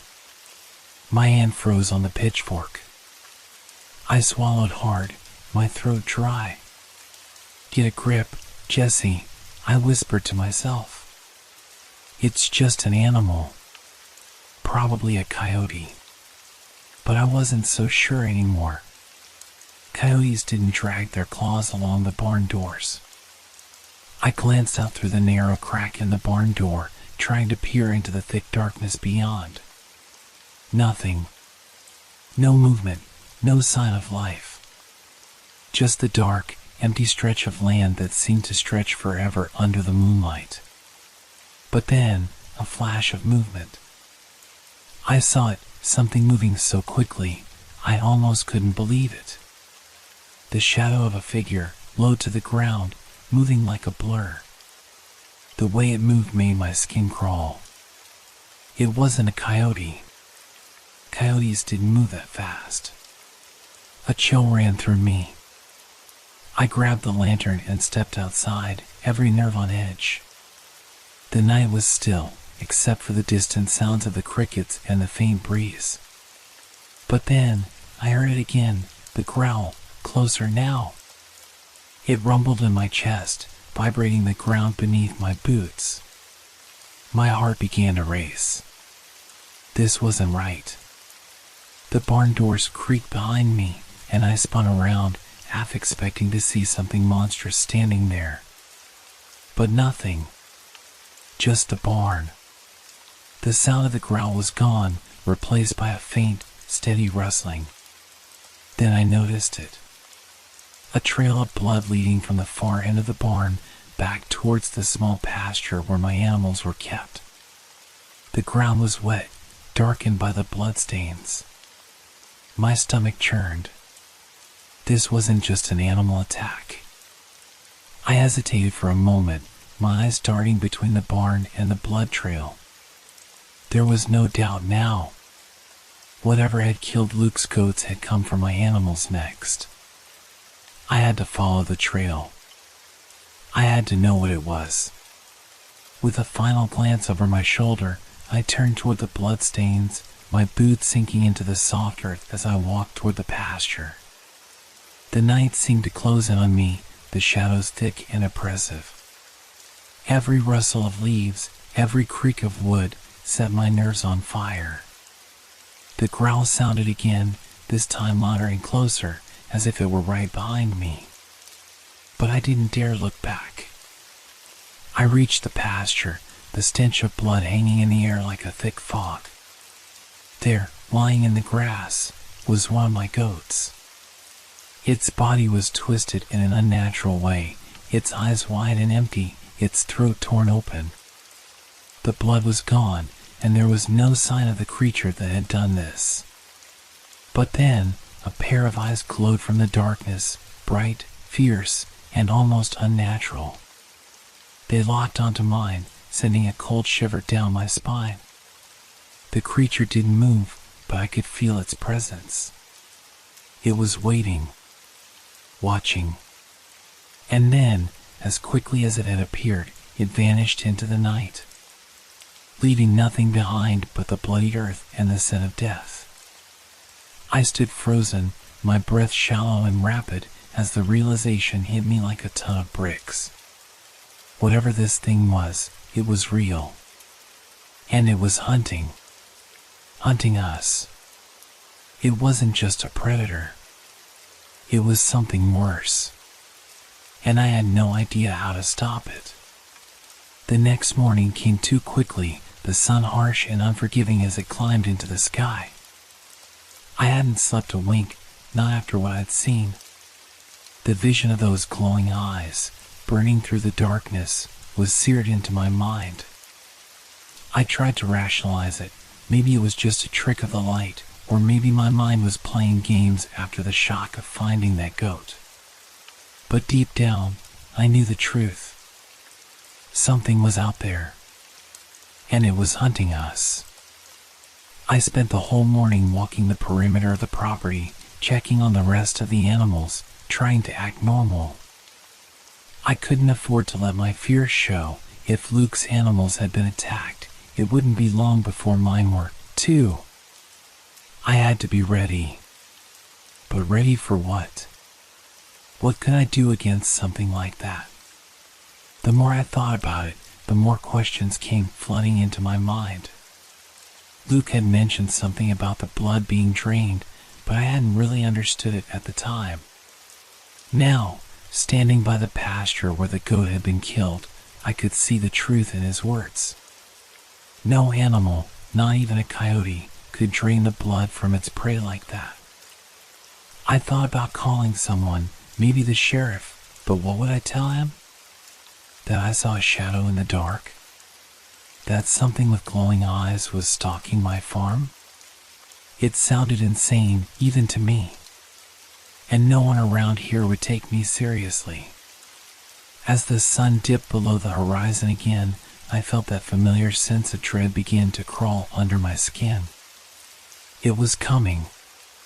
Whatever it was coming. I made sure to lock up the barn early that night. I double-checked the doors, made sure everything was secure, and set up a chair by the window where I could watch the darkened fields. If that thing came back, I was going to be ready. Hours passed. The usual sounds of the night, the chirping of crickets, the hooting of an owl, faded into silence. The kind of silence that feels wrong. I kept my eyes glued to the window, straining to see anything in the distance. Nothing moved. But the air felt thick, charged with something dark. Then, just as I was starting to think maybe I was overreacting, I heard it. A growl, low and guttural. It echoed through the still night air, sending a shiver through me. My body tensed, and my grip on the chair tightened. The growl wasn't far away. It was close. I quickly grabbed my rifle from the corner of the room, my hands shaking as I checked the safety. I didn't know what I was going to do if I saw it again. How could a rifle stop something that could move that fast? The growl came again, louder this time, closer. It was coming from the pasture. I didn't think. I just moved. My legs carried me out the door and into the night, the cold air biting at my skin as I made my way toward the fields. The lantern I carried barely lit the path in front of me, but it was enough to see the bloodstains that marked the ground. I wasn't sure what I was looking for. The creature? Its tracks? Some sign of its presence? But there was nothing. The field was empty, the tall grass swaying gently in the breeze, the night air cool and crisp. And then I saw it. A flash of movement, too fast for my eyes to fully follow. A dark shape, low to the ground, moving with unnatural speed. The glowing eyes, piercing, almost hypnotic, flashed again, just for a second, as the creature darted through the field, its form shifting with every step. It was like nothing I had ever seen before. I raised my rifle, but my hands were trembling too much to aim properly. I tried to steady myself, but the thing was gone, vanished into the darkness, leaving only the rustle of grass behind.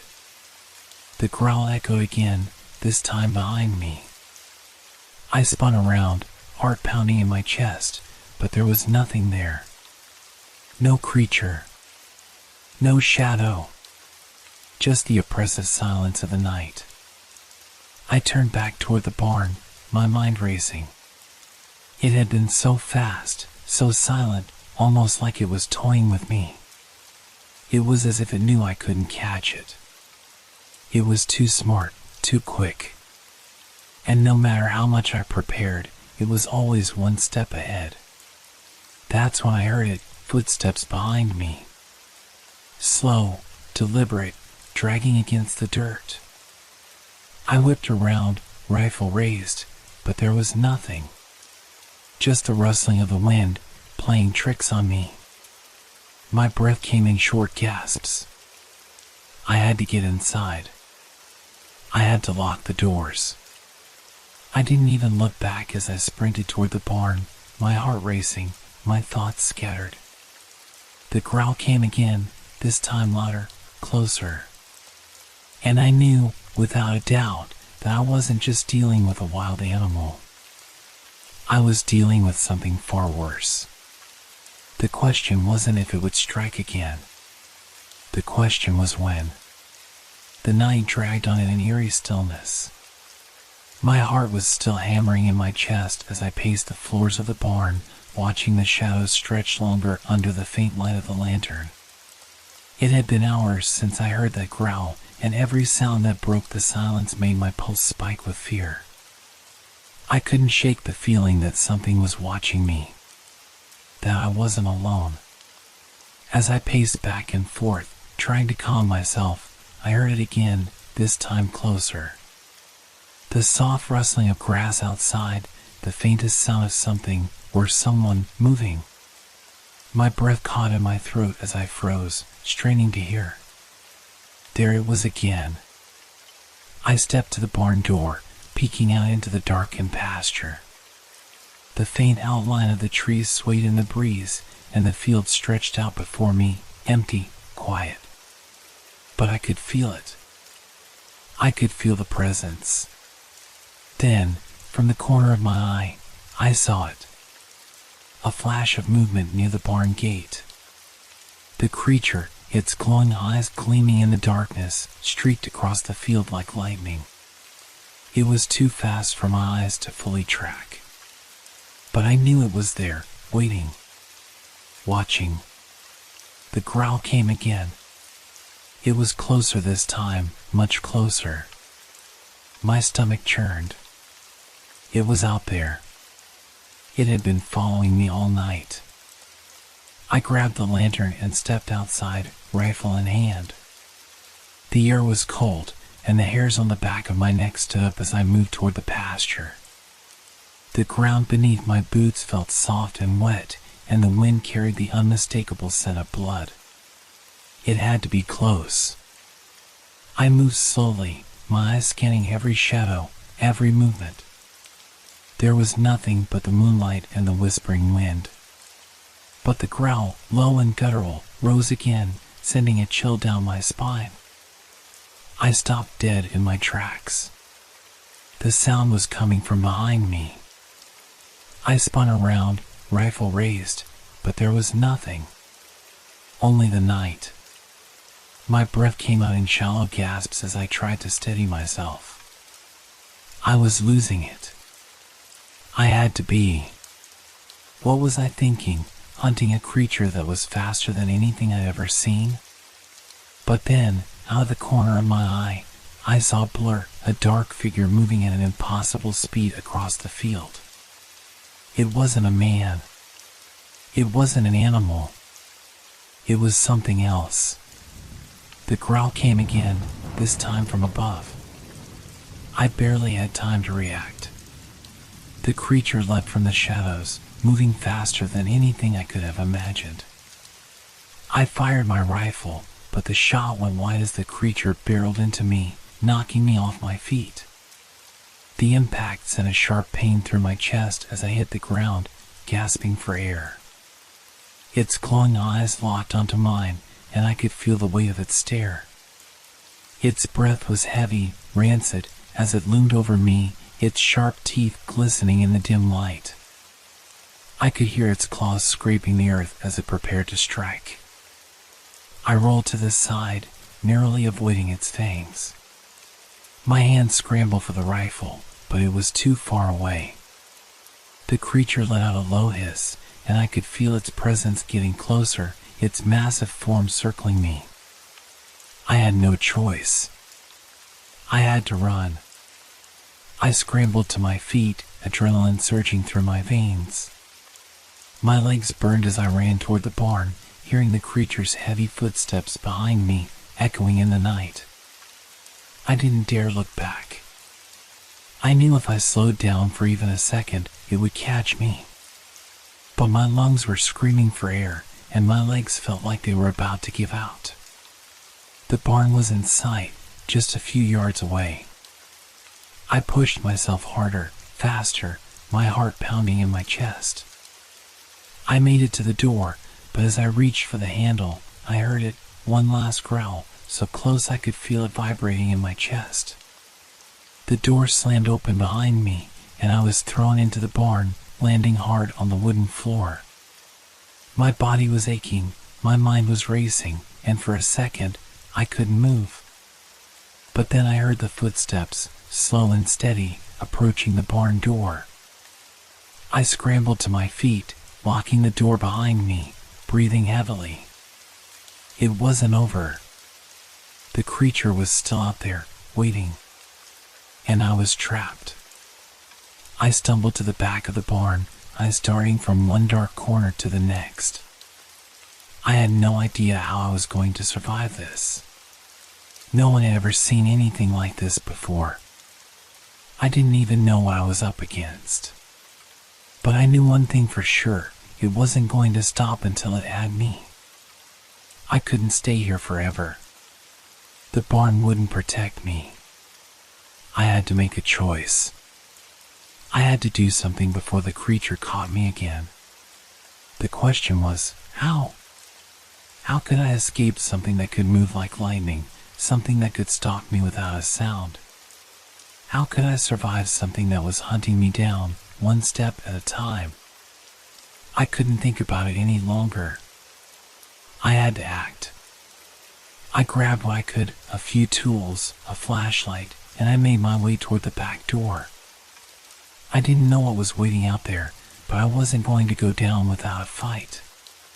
My pulse thundered in my ears as I crept toward the back door of the barn. The flashlight trembled in my hand, casting an eerie beam of light that barely pierced the darkness. Every creak of the barn, every gust of wind against the weathered wood, seemed to echo around me, making the silence feel even more oppressive. I was running out of time. The creature was still out there, its growls like distant thunder, growing closer with each passing second. I had no illusions, this wasn't just some wild animal. This thing was hunting me, and it wasn't going to stop until it caught me. My breath was ragged as I slipped out the back door and into the darkness. The night air was thick with the scent of blood, and I couldn't shake the image of those glowing eyes watching me from the shadows. The thing knew where I was. It always knew. The land stretched out before me, open fields, tall grass, and the distant silhouette of the barn behind me. There was nowhere to hide. No cover. Just the vast, empty space that seemed to taunt me. I had to think. I had to survive. Suddenly, a thought struck me. If this thing could move so quickly, maybe it could be outpaced. I could use the open space to my advantage. If I ran fast enough, if I could get to the truck, maybe I could escape. But the question was, how much time did I have? I started moving, my feet crunching through the dry grass, eyes scanning the shadows for any sign of movement. My heart was hammering in my chest, but I couldn't afford to slow down. Not even for a second. That's when I heard it. A low, guttural growl. So close, I could feel the vibration in the ground beneath me. I spun around, but there was nothing. Just the endless stretch of darkness. The creature was toying with me, stalking me from the shadows. I started running. My legs burned, my breath came in short gasps, but I pushed myself harder. The truck was just ahead, only a few more yards. I could make it. But then I heard it again, the sound of claws scraping against the earth. The creature was closing in. It was too fast. I glanced over my shoulder, my eyes wide with terror. And then I saw it. A blur of darkness. Its glowing eyes fixed on me, its body streaking toward me with impossible speed. I had only a moment to react. Without thinking, I dove to the side, rolling into the grass. The creature passed by me in an instant, its claws scraping against the ground just inches from my body. I scrambled to my feet, heart racing, and without looking back, I made a break for the truck. I reached it, yanking open the door, my hands shaking so badly I could barely grip the keys. My mind was spinning. The truck was my only chance. I slammed the door shut and twisted the key in the ignition. The engine roared to life, but before I could even put it in gear, I heard a bone-chilling screech from outside. The creature had stopped, but its eyes, those glowing, malevolent eyes, were fixed on me through the windshield. It was waiting, watching. I slammed my foot on the gas pedal, tearing out of the driveway and into the night. The truck's tires skidded against the gravel, the engine roaring as I accelerated. I dared not look back, but the rearview mirror showed nothing but the empty road. The creature was gone. For now. But I knew it wouldn't stop. It wouldn't let me go that easily. The truck bounced over the uneven dirt road as I sped through the night, my mind reeling. What had I just seen? What kind of creature could move that fast? And why had it been hunting me? I didn't know the answers. But I knew one thing, this wasn't over. Not by a long shot. The sound of my racing heartbeat was drowned out by the roar of the truck's engine as I drove faster, faster than I ever had before. I couldn't stop. Not until I was far away. Not until I was sure the creature couldn't find me. But deep down, I knew that wasn't true. It would come for me again. It always did. The chupacabra wasn't finished with me. And no matter how fast I ran, no matter how far I went, it would always be out there, waiting, watching. And one day, it would catch me. Days passed since that night.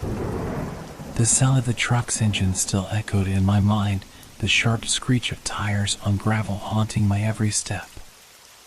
I thought I'd escaped, that I was safe. But I knew the truth now. The creature, the chupacabra, wasn't something you could outrun. It wasn't just a beast of the night. It was a shadow that lingered long after you thought you were safe. And I had become its prey. I moved to a different town after the incident, hoping that a change of scenery might somehow erase the memory. But it didn't. Every place I went, every room I stayed in, I could feel its presence. Like the weight of unseen eyes watching me from the corners, waiting for the right moment to strike. Sleep was no longer a refuge. I would wake up in the middle of the night, drenched in sweat, my body trembling with fear. Every noise, every creak of the floorboards sent my heart into overdrive. I tried to rationalize it. Tried to convince myself it was just my mind playing tricks. Maybe the adrenaline from the chase had altered my perception. Maybe it had been some wild animal after all, and I had just let my imagination get the best of me. But deep down, I knew the truth. It wasn't over. And it wasn't just a creature. It was something darker, something older, something that thrived on fear. It had marked me, and I was never going to be free. I tried to reach out for help, local authorities, paranormal investigators, anyone who could make sense of what I had seen. But each time, I was met with confusion or skepticism. They would listen, nod politely, but they didn't believe me. They couldn't. Not unless they had seen it too. Then, one night, it happened again. I was sitting in my apartment, staring out the window at the darkened street below. The city lights flickered, casting long, eerie shadows. I didn't want to admit it, but I was waiting for something to happen. The sound came first. A distant growl, so low and guttural that it made my skin crawl. I froze. I knew that sound. It was the chupacabra. It was back. I tried to convince myself that I was just imagining it. But then I heard it again, closer this time. The unmistakable sound of claws scraping against the pavement. My heart thudded in my chest. I wasn't ready. I wasn't prepared. But I couldn't run anymore. There was nowhere left to run. I grabbed the nearest thing to me, a heavy flashlight, and crept to the door. Every step was careful, calculated, but my breath was coming in sharp, panicked gasps. The closer I got to the door, the louder the growls became, until they seemed to rattle the very walls. I opened the door slowly, hard in my throat, and stepped out into the dark hallway. The air was thick with tension. Every shadow seemed to move. Every flicker of light seemed to signal its presence. And then I saw it. In the hallway, standing just at the edge of the light, were those glowing eyes. Red, menacing, and full of hunger. I froze. The creature was closer than it had ever been. I could see its shape now, dark, hulking, with jagged spikes running down its back. Its eyes locked onto mine, and for a moment, I was paralyzed. The world seemed to spin around me, but I couldn't look away from those eyes. It moved. In a flash, the creature lunged. I barely had time to react, raising the flashlight just in time to strike its face. The beam of light flashed against its eyes, blinding it for a second, but it didn't stop. Its claws slashed at my arm, leaving a deep gash. I screamed, stumbling backward, but it was relentless. And then, something changed. The creature halted. Its glowing eyes stared at me, and for a moment, there was silence. The growls stopped. The sound of its breathing slowed. It wasn't attacking anymore. It was studying me. I didn't know what to do. I didn't know if it was playing with me or if it was waiting for me to make the next move. I backed away slowly, gripping the flashlight like a weapon, but my thoughts were clouded. Fear and pain mixed together. My arm was bleeding, but it didn't matter. I had to get out. But as I turned to run, I heard its voice. Not a growl, but words. You can never escape. I stumbled, almost tripping over my own feet. The words echoed in my mind, reverberating in the dark space around me. And just like that, the creature disappeared into the shadows. I stood there, breathless, my heart racing, my body aching. I didn't know if it was still watching me, waiting for me to make my next move, or if I had somehow outrun it. But one thing was clear, I was no longer in control. The Chupacabra had shown me its power, its presence. And it had made it clear that there was no escape. The next day, I packed up and left the town. I couldn't stay there anymore. I don't know where the creature is now. I don't know if it still follows me, but I can feel it. The weight of its eyes watching me from the darkness. It's out there. Always watching. Always waiting. And I know, deep down, it's only a matter of time before it finds me again.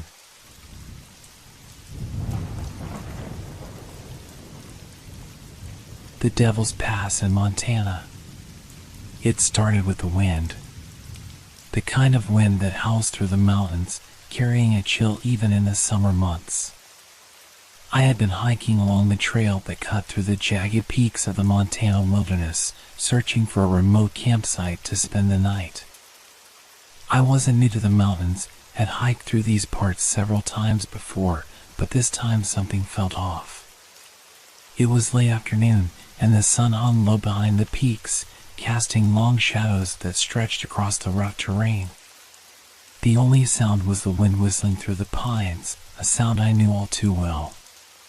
But then, as I climbed higher along the rocky path, I heard something strange, something that didn't belong.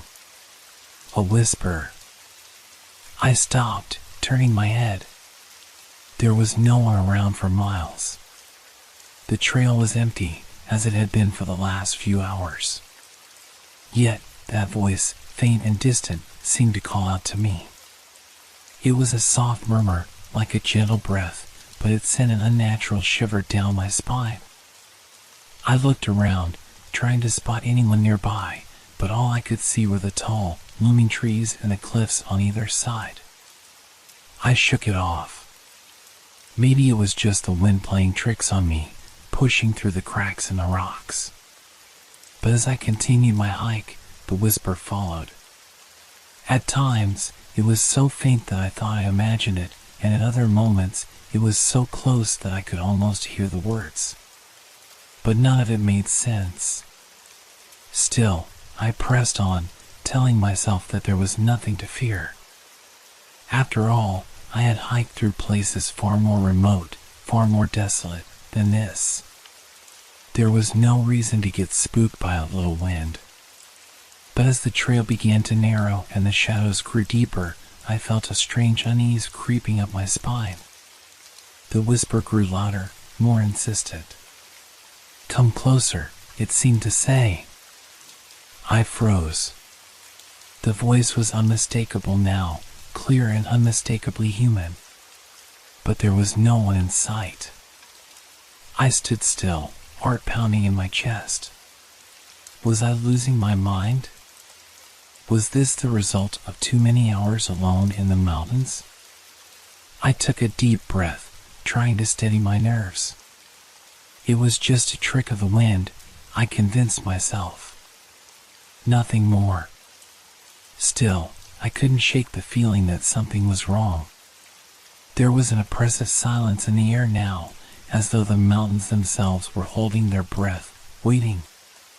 The sun was beginning to set, and the trail ahead twisted sharply, the path narrowing to the point where only one person could pass at a time. I glanced up at the sky, an eerie crimson hue washed over the peaks, staining the clouds in shades of red and orange. It looked unnatural, as if the mountains themselves were bleeding into the sky. I continued along the trail, my steps growing more cautious. The wind howled again, but this time it wasn't the same wind. It had a different quality to it, like a low growl that reverberated through the rocks. I couldn't explain it, but I knew something wasn't right. As I rounded a bend in the trail, I saw them. Shadows. At first, they were just patches of darkness in the distance, moving like a trick of the light. But as I took another step, I realized they were not just shadows, they were figures. Tall, twisted shapes that shifted and moved with a fluidity that made my blood run cold. They seemed to be watching me, their forms darting in and out of the trees, always just at the edge of my vision. I stopped dead in my tracks. The air was thick with the scent of earth and pine, but there was something else now, something heavy, like the weight of 1,000 eyes staring at me from the shadows. I could feel them, lurking just beyond the corner of my sight, waiting. A sudden dizziness washed over me. My vision blurred, and I stumbled slightly, grabbing onto a nearby rock for support. I tried to steady myself, but the world seemed to spin faster, my mind clouding with confusion. My heartbeat thudded in my ears, the sound so loud it drowned out everything else. The whisper returned. This time, it was louder, more distinct. "You're too close. You shouldn't have come." I forced myself to take a step forward, fighting the dizziness. My body felt heavy, as if the very air was draining the life out of me. Another step. Then another. My legs were like lead, my movements sluggish and slow. Then, without warning, one of the figures stepped forward. It was tall, much taller than any person I had ever seen, and its form was cloaked in darkness. At first, I thought it was a trick of the light, but as it stepped into the narrow strip of sunlight, I saw it more clearly. Its features were blurred, like a shadow that refused to be defined, but I could make out a pair of glowing eyes, eerily bright against the darkened form. My breath caught in my throat. The figure didn't move. It just stood there, staring at me, as if waiting for something. I took a step back, my mind racing. It was real. Whatever it was real. The shadows, the whispers, they weren't my imagination. They were something else, something far worse. Suddenly, the figure moved. It was fast. Too fast. A blur of darkness that lunged at me before I could react. I screamed, but the sound was swallowed by the wind.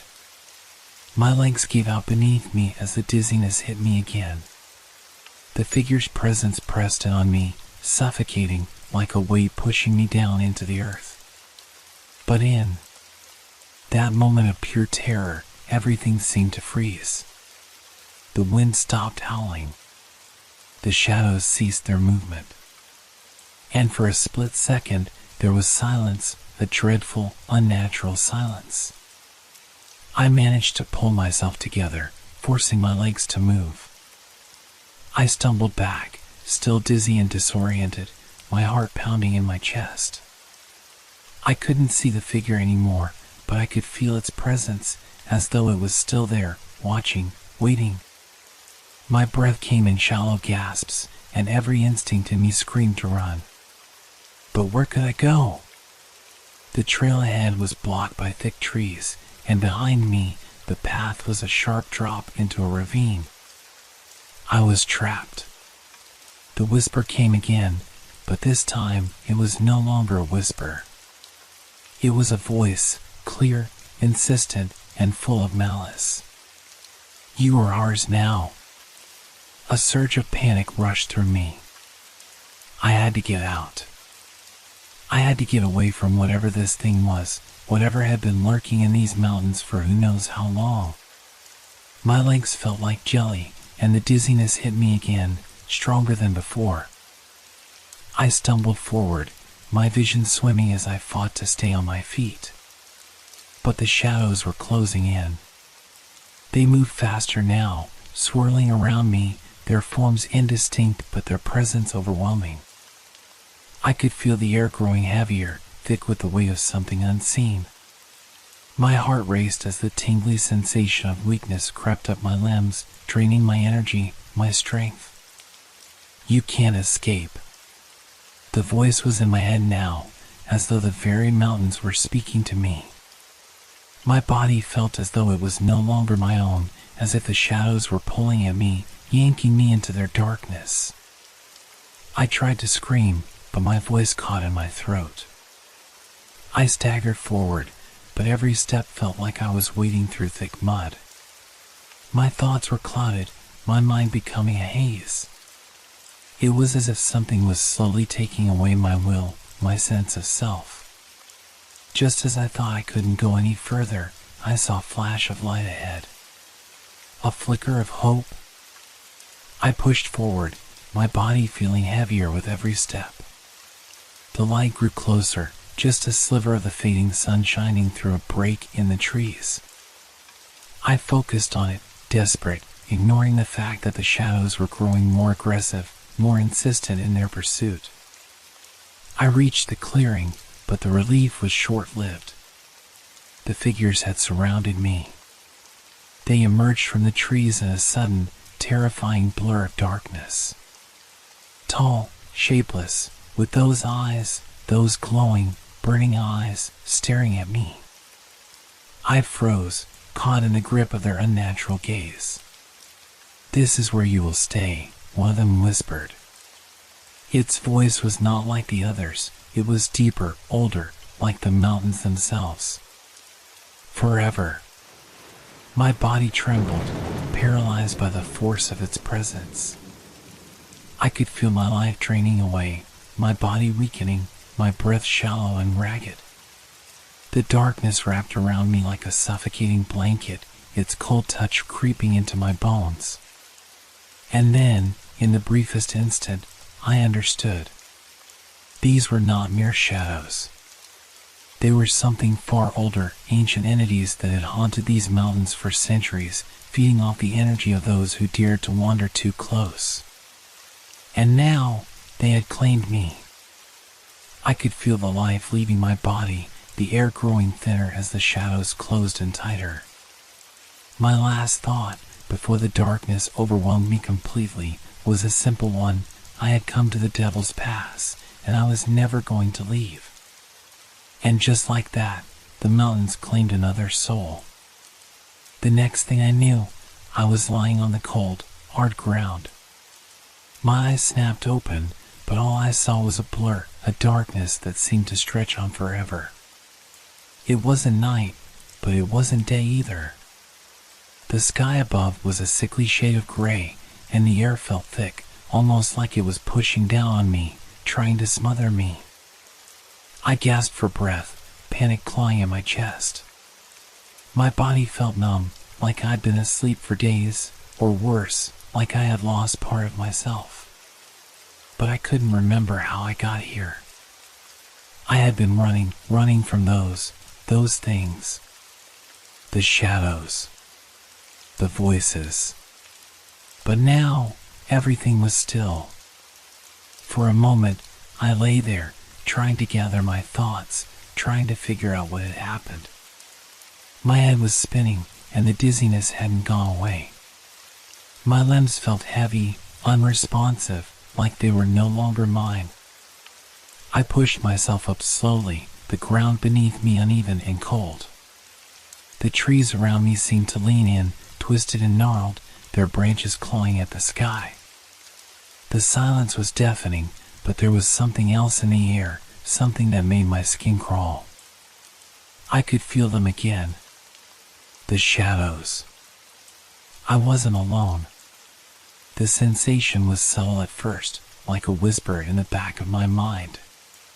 But then it grew stronger, closer. I turned around, my heart racing, but there was nothing there. Just the same twisted trees, the same thick, oppressive air. But the feeling lingered. The shadows were watching me. You can't escape. It wasn't a voice this time. It was a thought, my own thought, but not my own. The words echoed in my mind as if they were coming from the very earth beneath me, from the sky above, from the trees that surrounded me. I staggered backward, my breath catching in my throat. No matter how much I tried to shake it off, I couldn't. The fear was creeping in again, like a dark fog, suffocating everything. I needed to get out. I had to escape. But where? I turned in a circle, trying to find some path, some way out. But the clearing seemed endless, and the trees, with their twisted limbs, felt like they were closing in on me. My thoughts became more frantic, my breathing faster. Then, I saw something move at the edge of the clearing. A shadow. At first, I thought it was just the wind, but this wasn't natural. It was too fluid, too quick. A figure, dark, with no distinct features, moved in and out of the trees, its eyes gleaming like molten fire, watching me. I froze, my heart pounding in my chest. My legs felt like stone, unwilling to move. The figure didn't step out into the clearing. It remained just out of reach, hidden in the shadows. But it was there. Watching. Waiting. You're not supposed to be here. The voice came again, clearer now, a whisper curling through my thoughts. You are trespassing. I wanted to scream, to run, but my body wouldn't respond. The fear was paralyzing, each breath more difficult than the last. The dizziness returned, stronger this time, like a wave crashing over me. Suddenly, the figure in the shadows moved again, quicker this time, darting toward me with unnatural speed. Before I could react, it was there, standing in front of me. It was tall, too tall, its limbs long and thin, its features indistinct, like it was made of darkness itself. But its eyes, those eyes, they burned into me, glowing with an eerie, unnatural light. I tried to back away, but my body was betraying me. My legs were no longer under my control. The dizziness was overwhelming, and my vision blurred. The world seemed to spin as I staggered forward, unable to escape its grip. The figure's voice echoed in my mind, louder now, pressing against my skull. You don't understand. It leaned closer, its shadow stretching out like fingers reaching for my mind. The past is cursed. This place is ours. You shouldn't have come. I opened my mouth to speak, to scream, but the words wouldn't come. My throat was dry, my body heavy. The world was slipping away from me. And then, I felt it. The pull. A cold, unbearable sensation, as though something was tugging at my very soul, pulling me into the darkness. It wasn't just my body, it was my mind, my thoughts, my memories. Everything about me was being drained, sucked into that abyss. The last thing I saw before everything went dark was the figure's eyes, burning bright, their unnatural glow searing into my very being. And then, nothing. I woke to the sound of my own voice, gasping for air. My body jerked upright, as though I had been thrown into consciousness by sheer force. My mind was spinning, my vision blurry. But the oppressive weight that had filled the air earlier was gone. Instead, there was silence. But it wasn't the comforting kind of silence. It was thick, heavy, like a blanket that smothered every thought, every sound. I tried to push myself up, but my body felt warm, tired, drained, as though I hadn't slept in days. And the fear was still there, lingering beneath my skin. I reached up to wipe my face, and when my fingers brushed against my skin, I froze. It was cold. Ice cold. And wet. I looked down at my hands, the dim light of the early morning revealing streaks of something dark. Something red. Blood. But it wasn't mine. At least, I didn't think it was. Panic surged through me. My chest tightened, and I quickly looked around, hoping to see something, anything, that would make sense of this madness. I was no longer in the clearing, no longer in the place where the shadow had cornered me. Instead, I found myself on the edge of a rocky ledge, overlooking a vast valley that stretched far below. The land was barren, a dry, cracked wasteland. Not a single tree, not a single sound. I felt exposed, vulnerable, as though I was the only living thing left in a world that had forgotten what it meant to be alive. I tried to stand, but my legs buckled beneath me. My knees hit the rocky ground with a painful thud, and I fought to keep myself upright. My head was throbbing, a dull ache that pulsed with every beat of my heart. I had to focus. I had to think. I could barely remember how I had gotten here. It was as though the night before had been swallowed by the very shadows that haunted this place. All I could recall was the voice, the presence, and the feeling of my very essence being torn away, piece by piece. But now, there was nothing. Nothing but the vast, empty landscape before me. I tried to speak, but my mouth was dry. My throat burned, and the words felt foreign, like they didn't belong to me anymore. The sensation of being watched returned. It wasn't immediate, but it was undeniable.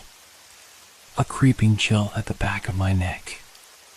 The hairs on my arms stood on end. Something was wrong. The shadows had not left me. They were still there, lurking in the corners of my mind, waiting. As if on cue, I heard it, the faintest rustle of movement. At first, I thought it was just the wind. But then the rustle turned into something else. A scuttling noise. Like claws scraping against stone. My heart lurched in my chest. I stood up quickly, spinning around to face whatever was behind me. The landscape was barren, nothing but empty rocks and the endless horizon. No creatures, no figures. But then I saw them. There, at the very edge of my vision, were the shadows. They slithered along the ground like living smoke, flickering and twisting in unnatural shapes, darting in and out of view. I could feel their presence, like they were reaching out toward me, trying to pull me back into their suffocating grip. They weren't just shadows. They were something far darker, far more dangerous. I stumbled backward, my mind racing, trying to find a way out. But there was nowhere to run. No path. No escape. My head felt heavy again, the dizziness returning with full force. I dropped to my knees, my hands pressing against the rocky ground for support. My breath came in ragged gasps, the air in my lungs feeling thin and distant. The shadows grew closer, swirling around me, their shapes shifting, becoming more defined. I could see eyes now, gleaming eyes, emerging from the darkness, staring at me from within the depths. The eyes were hollow, devoid of warmth or compassion, burning with an insatiable hunger.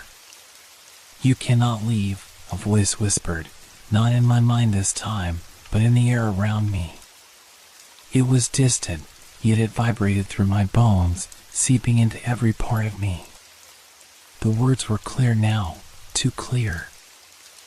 I was no longer speaking to myself. I wasn't alone.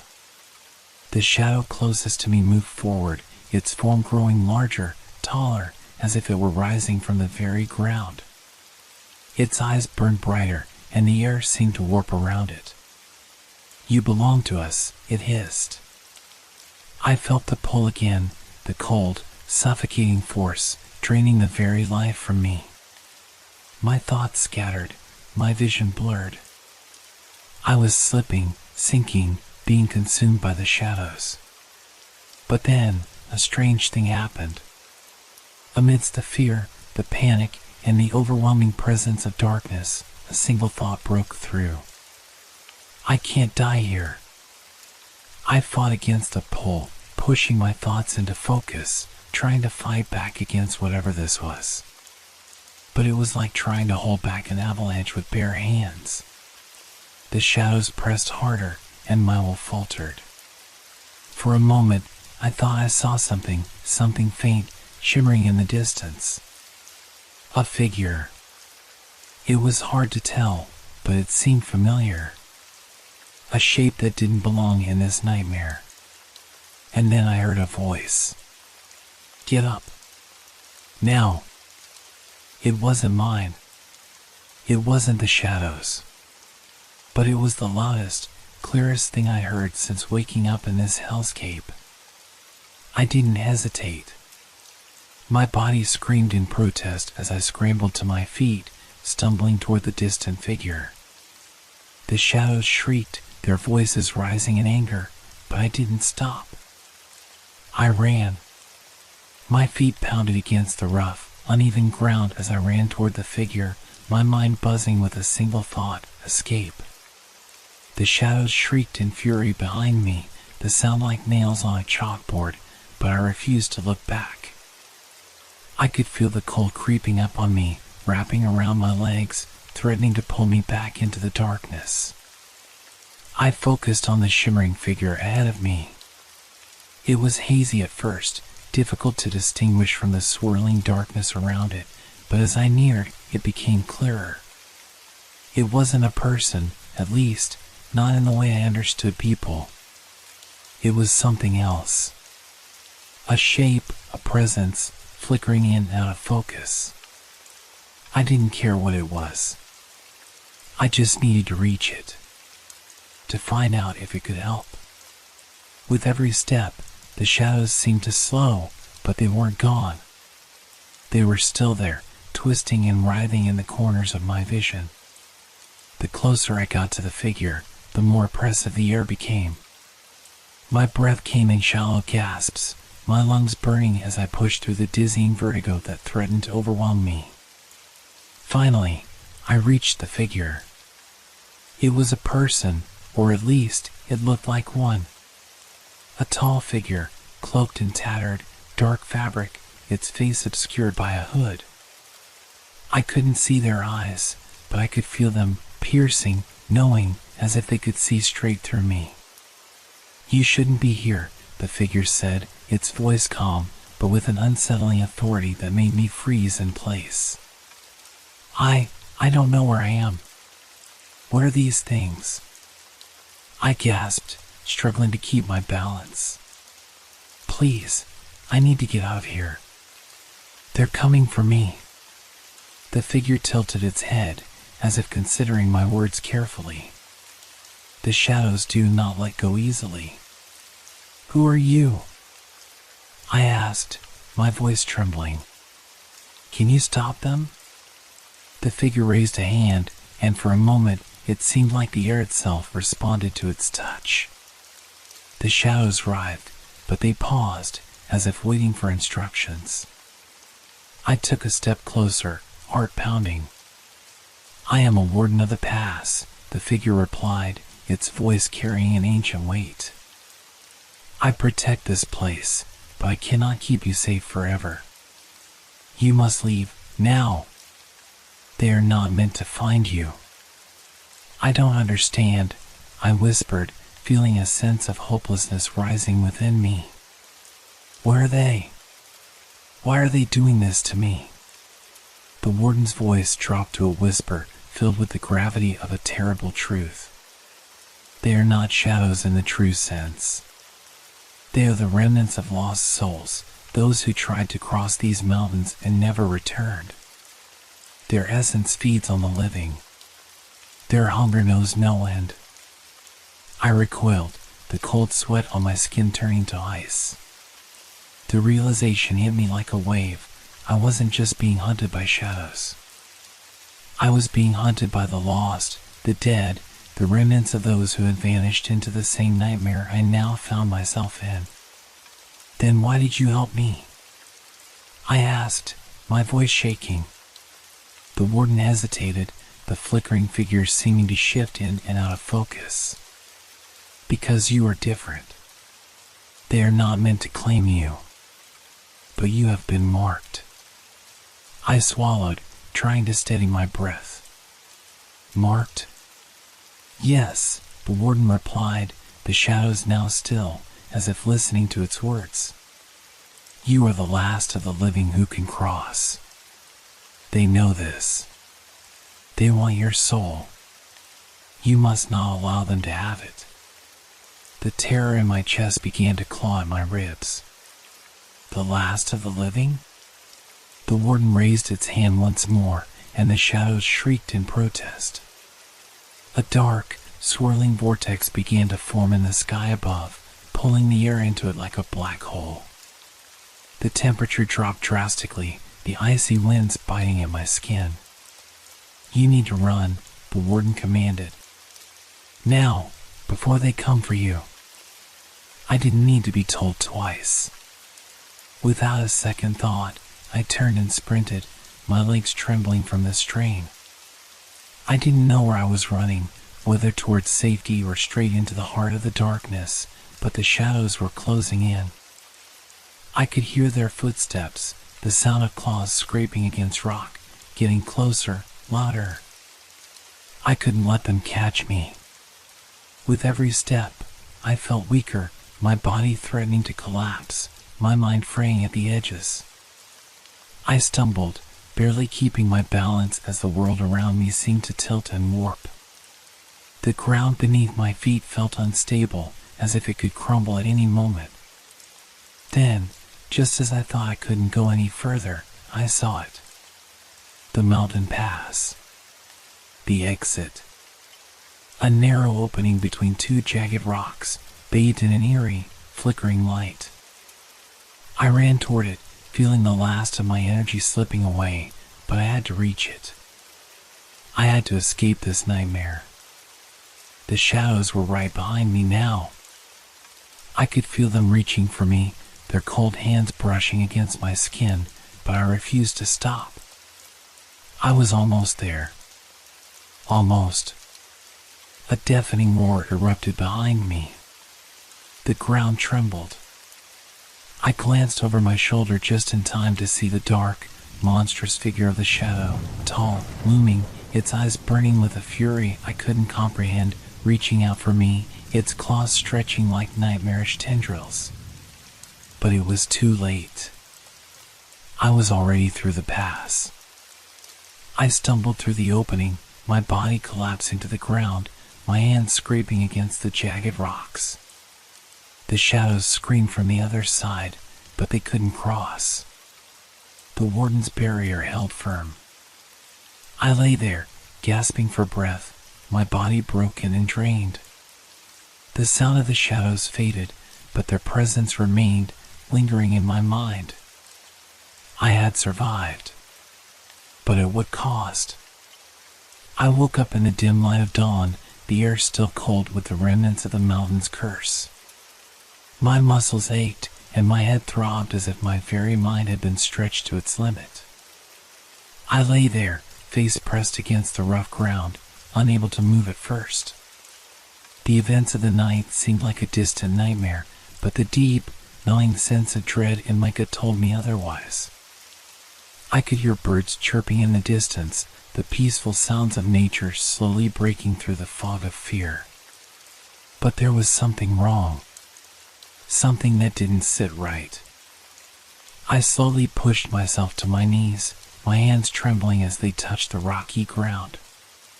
The mountain pass was behind me, far away now, but the shadows were not gone. I couldn't escape them, no matter how far I ran. The warden had warned me, and yet I didn't understand. I had crossed the pass. I had survived. Why did it feel as though I had walked straight into another trap? I forced myself to stand, swaying as I did.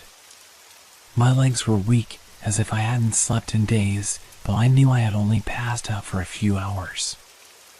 I began to move toward the edge of the mountain ridge, my breath fogging in the cold air, but each step felt as though I were walking deeper into the unknown. My mind raced, trying to make sense of everything. Had the warden been telling the truth? Was I really the last one who could cross these mountains, the last living soul to ever leave? Then, I saw it. A shadow. At first, I thought it was just my exhaustion playing tricks on me. But as I focused, it was unmistakable. It was there, lurking at the edge of my vision, moving with a mind of its own. A dark shape that seemed to writhe and shift as if it were made from the very fabric of night. My pulse quickened, and my heart started to pound in my chest. No, not again. The shadow was closer now. I could feel it pressing against me, surrounding me, suffocating me. It was pulling at me, digging into my soul, draining me, just as it had done before. I stumbled backward, my hands reaching for anything to hold on to. I couldn't breathe. The darkness was all around me, crawling up my skin, sinking into my bones. In a panic, I looked around, desperate for something, anything, that could stop this. The past was behind me, but the shadow was relentless. It had followed me. The warden lied, I thought, terror clawing at my chest. There's no escape. And then it was clear. The warden had never meant for me to leave. He had only delayed the inevitable. The shadows weren't a mere threat, they were the mountain's curse. They were the spirits of those who had crossed before me, each one marking another soul to fall victim to the same fate. I collapsed to the ground, helpless, as the darkness crept closer. I could feel it now, deep within me, as if it were suffocating my very mind. The last shred of resistance within me faltered as the shadows enveloped me. But then, just as everything began to slip away, I heard a voice. You still have a chance. The warden's voice. Faint, distant, but it was there, urging me to fight. I struggled to breathe, to hold on to the voice, the last thing that seemed real. A chance? What chance? You must face it, the voice whispered. Face the shadows and let go of your fear. Fear. That was it. The shadows thrived on fear. That was what they had been feeding on. They were not just creatures, they were manifestations of terror drawn from the deepest parts of my mind. I knew what I had to do. With every ounce of strength I had left, I closed my eyes and focused. I imagined the fear in my chest, the way it twisted and clawed at me. I focused on the darkness, the very thing that sought to consume me. I embraced it. And in that moment, everything changed. The shadows faltered. The pressure, the weight that had been bearing down on me, loosened. The coldness around me began to recede, and the darkness itself seemed to shrink. I opened my eyes, and the shadow that had stalked me was gone. I was standing on the ridge again, the mountain air fresh and clear. The sun was rising, casting a golden light over the landscape. The terrifying presence, the overwhelming fear, had lifted. But the warden's words echoed in my mind. You still have a chance. A chance at what? To return to a world that would never be the same? I stood there, trembling, my heart still pounding in my chest. I had survived. I had faced the darkness, but the question lingered, had I truly escaped? Or was this just the beginning of something worse? I didn't know the answer. But one thing was certain, the The mountain had left its mark on me, and I would never be the same again.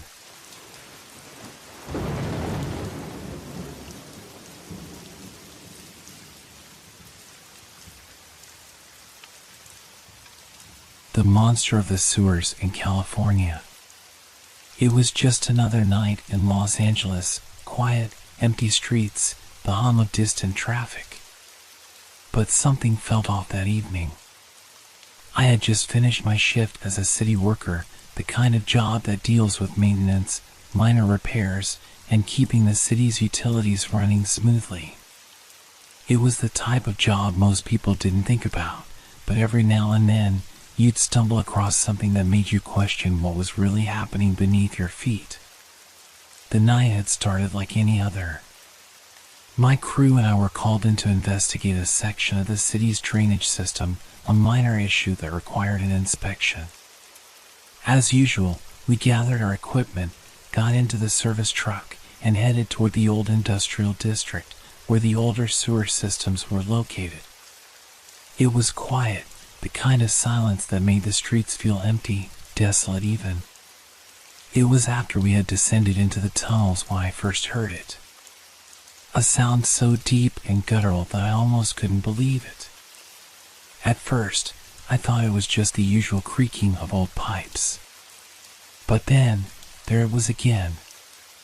A low, distant roar, like the growl of some massive beast. "Did you hear that?" I asked, my voice echoing off the walls of the narrow tunnel. One of my colleagues, Dave, looked up from his clipboard, eyes wide.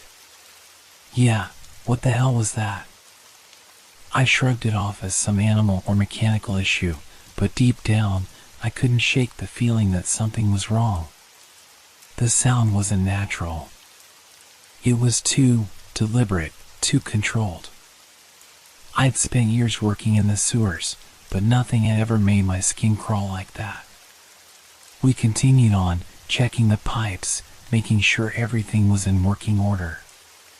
But with every step, the growl seemed to grow louder. It wasn't just a sound, it was something moving, something alive. The way the noise reverberated through the pipes, I felt like it was following us, getting closer. I kept telling myself that I was overthinking things, that it was just an echo, but the hairs on my neck refused to lie to me. The air in the tunnels grew heavier, and I noticed that the light from our flashlights seemed to flicker, as if they were struggling against the darkness that pressed in on us from all sides. "Maybe we should head back," Dave suggested, his voice tense. But it was already too late. As we turned to leave, the sound grew louder, unmistakable now, a guttural growl, like an animal in pain. I felt the ground tremble beneath my boots, and my heart raced. I glanced back down the tunnel, trying to see past the dim beam of my flashlight. And that's when I saw it. A shadow.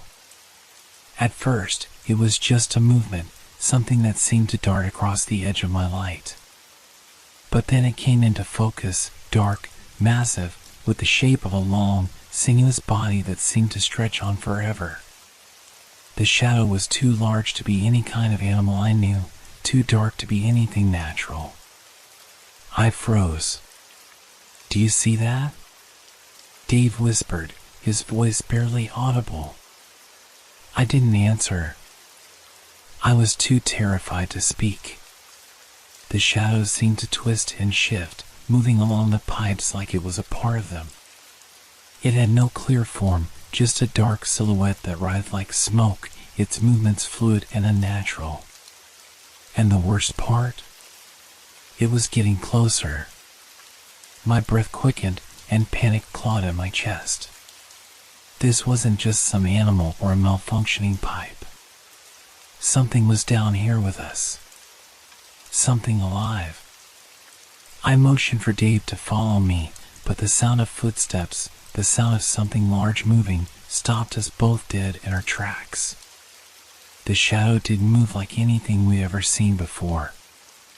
It was too fast, too fluid. Then, in the blink of an eye, it was gone, vanishing into the darkness of the tunnel, leaving behind only silence. We stood there, frozen, unable to speak. What had we just seen? The growl echoed one last time, reverberating off the pipes in a deep, terrifying rumble. I knew then that whatever it wasn't going to stop. It was watching us, and it wouldn't let us leave. I didn't wait any longer. I turned and ran, heart pounding in my chest. Dave followed, but the sound of his footsteps soon faded as we sprinted through the tunnels. I couldn't stop thinking about what had just happened, about the shadow that lurked in the dark. But even as we made our way back to the surface, I couldn't shake the feeling that we hadn't escaped. That whatever lived in those tunnels was still out there, waiting for the next night to rise from the depths. I don't know what it was. I don't know what we saw. But one thing is certain, it's still down there, somewhere beneath the streets of California. And it's waiting. The next few days passed in a blur. I couldn't shake the images from the tunnel, those long, shifting shadows, the growl that vibrated in my bones. Every time I closed my eyes, I saw it again, lurking just outside the reach of my flashlight. And every time, I could feel the darkness pressing in, suffocating me, reminding me that I had come too close to something unnatural. I tried to tell myself it was just my imagination running wild. Maybe it had been some wild animal, some stray dog or a large rat. I had spent years working in the sewer systems, and I had seen my share of strange things, but nothing like that.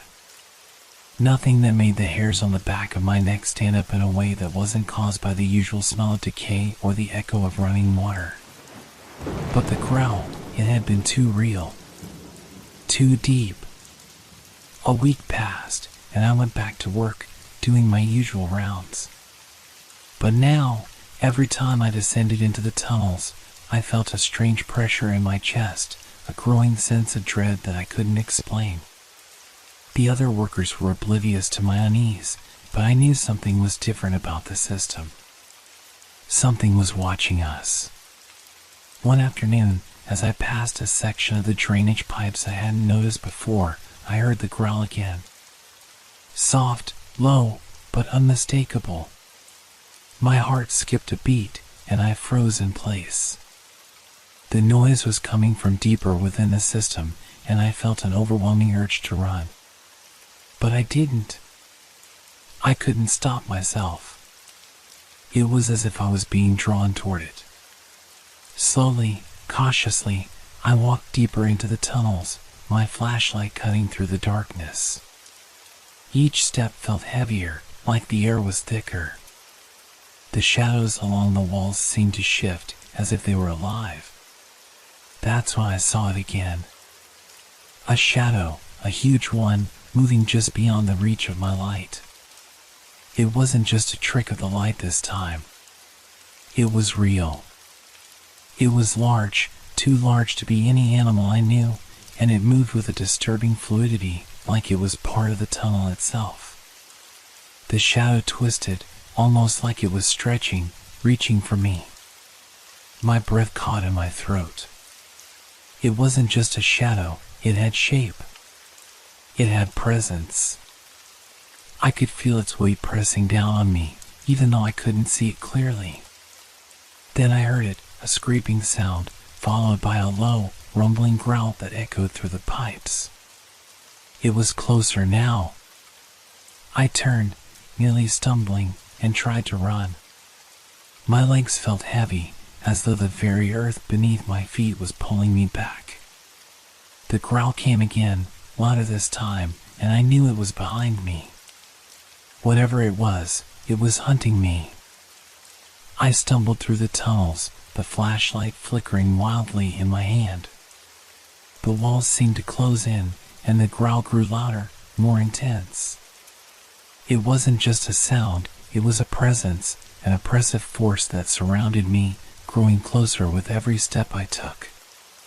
Then, just as I thought I might lose my mind, I saw it. A pair of eyes. Yellow, glowing in the dark.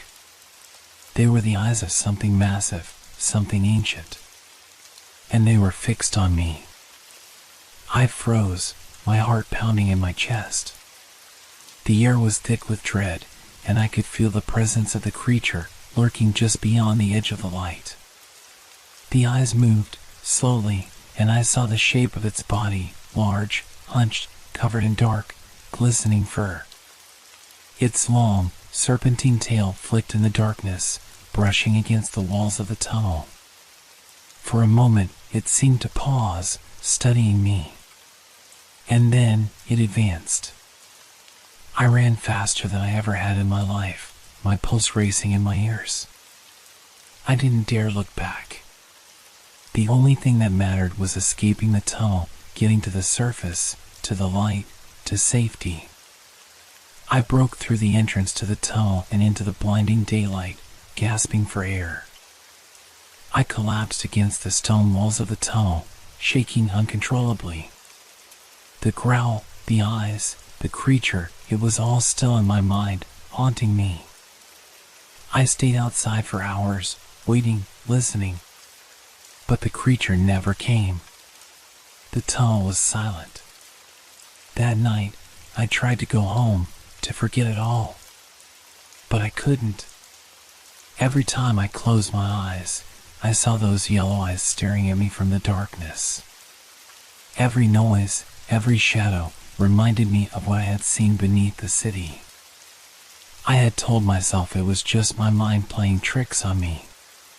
But deep down, I knew the truth. There was something down there. Something ancient, something that didn't belong. And it wasn't going to stop. It was waiting. The days following my encounter were a blur. I could barely sleep, my mind constantly replaying the images of those glowing yellow eyes and the creature lurking beneath the city. I couldn't shake the feeling that it was waiting for me, watching me, as if it knew I would return. But I couldn't stay away. Work called, and the pipes were waiting. There was no escaping the system that I had spent so many years maintaining. It was just a job, after all, and this fear, it felt irrational. The rational part of my mind told me to push through it. But the rest of me? The rest of me was terrified. I avoided the deeper sections of the tunnel for as long as I could. The others didn't seem to notice anything unusual. They went about their work, complaining about the smell and the muck, but I couldn't help but think that they were oblivious to the danger that had taken root in the pipes. But every day, the fear grew. It wasn't just in the dark corners of the tunnels anymore. It followed me, crept into my dreams, haunted the edges of my thoughts. The growls, low and rumbling, had stopped, but I could still feel the weight of the creature's presence in every darkened alley, in every silent moment. It was like a shadow I couldn't escape, following me wherever I went. Then, it happened again. I was working near a maintenance hatch, inspecting the valves for any possible blockages. The sound of the water flowing through the pipes was the only noise. It was a familiar, comforting sound. But it suddenly stopped. Dead silence. For a moment, I thought I was imagining it. And then, footsteps. At first, I thought it was one of the other workers. But these steps were different. They were heavy, deliberate, and each footfall seemed to echo unnaturally, like the earth itself was shaking with every step. I turned, half expecting to see someone behind me. But there was nothing. The hallway was empty, the shadows stretching unnaturally long. A chill crawled up my spine. I backed away slowly, my flashlight trembling in my hand. That's when I saw it. A shape, dark and shifting, moving just beyond the reach of the light. I couldn't make it out clearly, but I didn't need to. The shape was large, far too large to be anything human. It was moving, creeping along the pipes like it had been made for the tunnels. The shape of its body twisted and undulated as it slithered closer. My heart hammered in my chest, and panic set in. I wanted to run, to escape, but my legs wouldn't move. It was as though my body had frozen in place, trapped by something far more terrifying than any beast I had ever encountered. The growl returned, deep and guttural, vibrating through the pipes, reverberating through my bones. I wanted to scream, but my throat felt tight, as if the very air around me was squeezing the life out of me. I tried to take a step back, but the creature was closer now. I could feel it.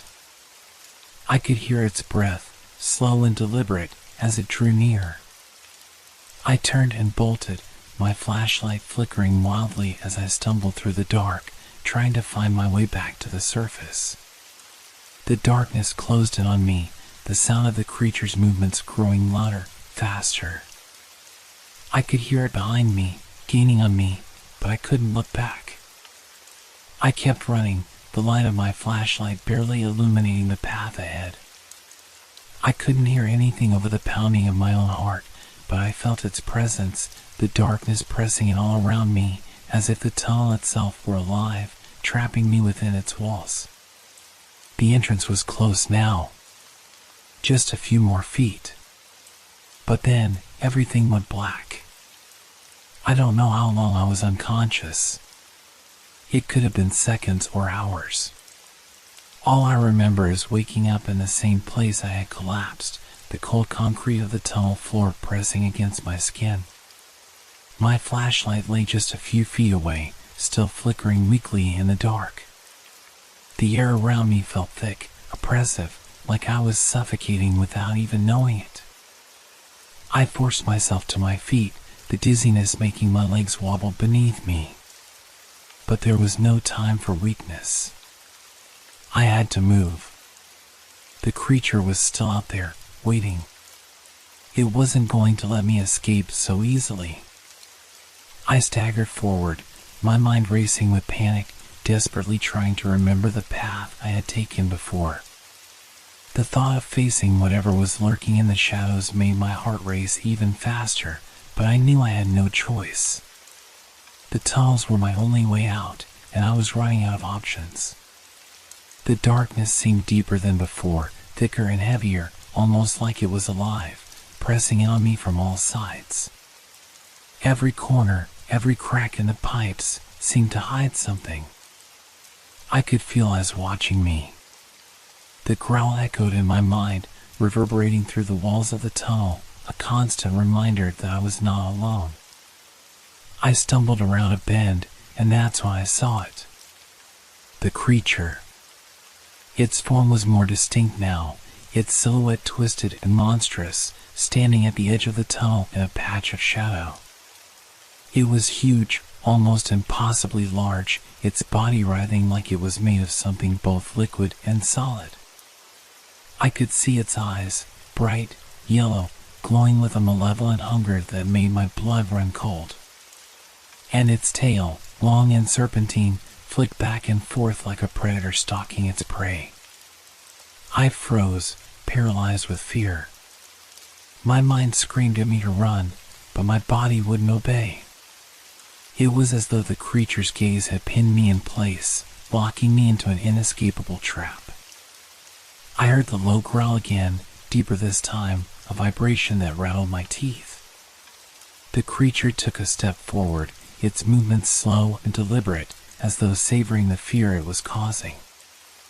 I could feel it in my bones, the weight of its presence, the power it exuded. It was something ancient, something that didn't belong in this world. Then it spoke. Not with words, but with a voice that echoed in my mind, scraping against my thoughts like claws on stone. You shouldn't have come here. The words were not spoken aloud, but I heard them in my head, clear and unmistakable. I tried to move, to do something, anything, but I couldn't. My body refused to respond. The creature stepped closer, its shadow swallowing the light of my flashlight. My heart pounded in my chest as the air grew thick with the stench of decay. The growl intensified, and I could feel it tearing at my sanity, trying to invade my thoughts.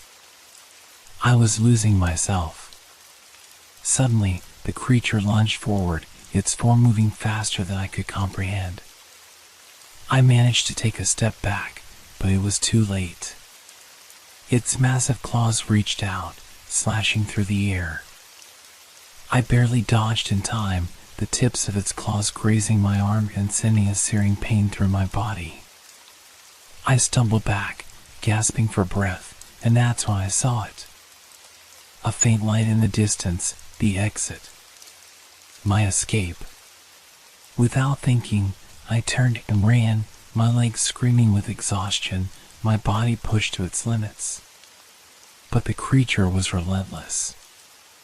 I could hear it behind me, its heavy footsteps echoing in the tunnel, each one growing closer, faster. I had to make it. The light of the exit grew brighter as I pushed myself harder, my breath ragged and desperate.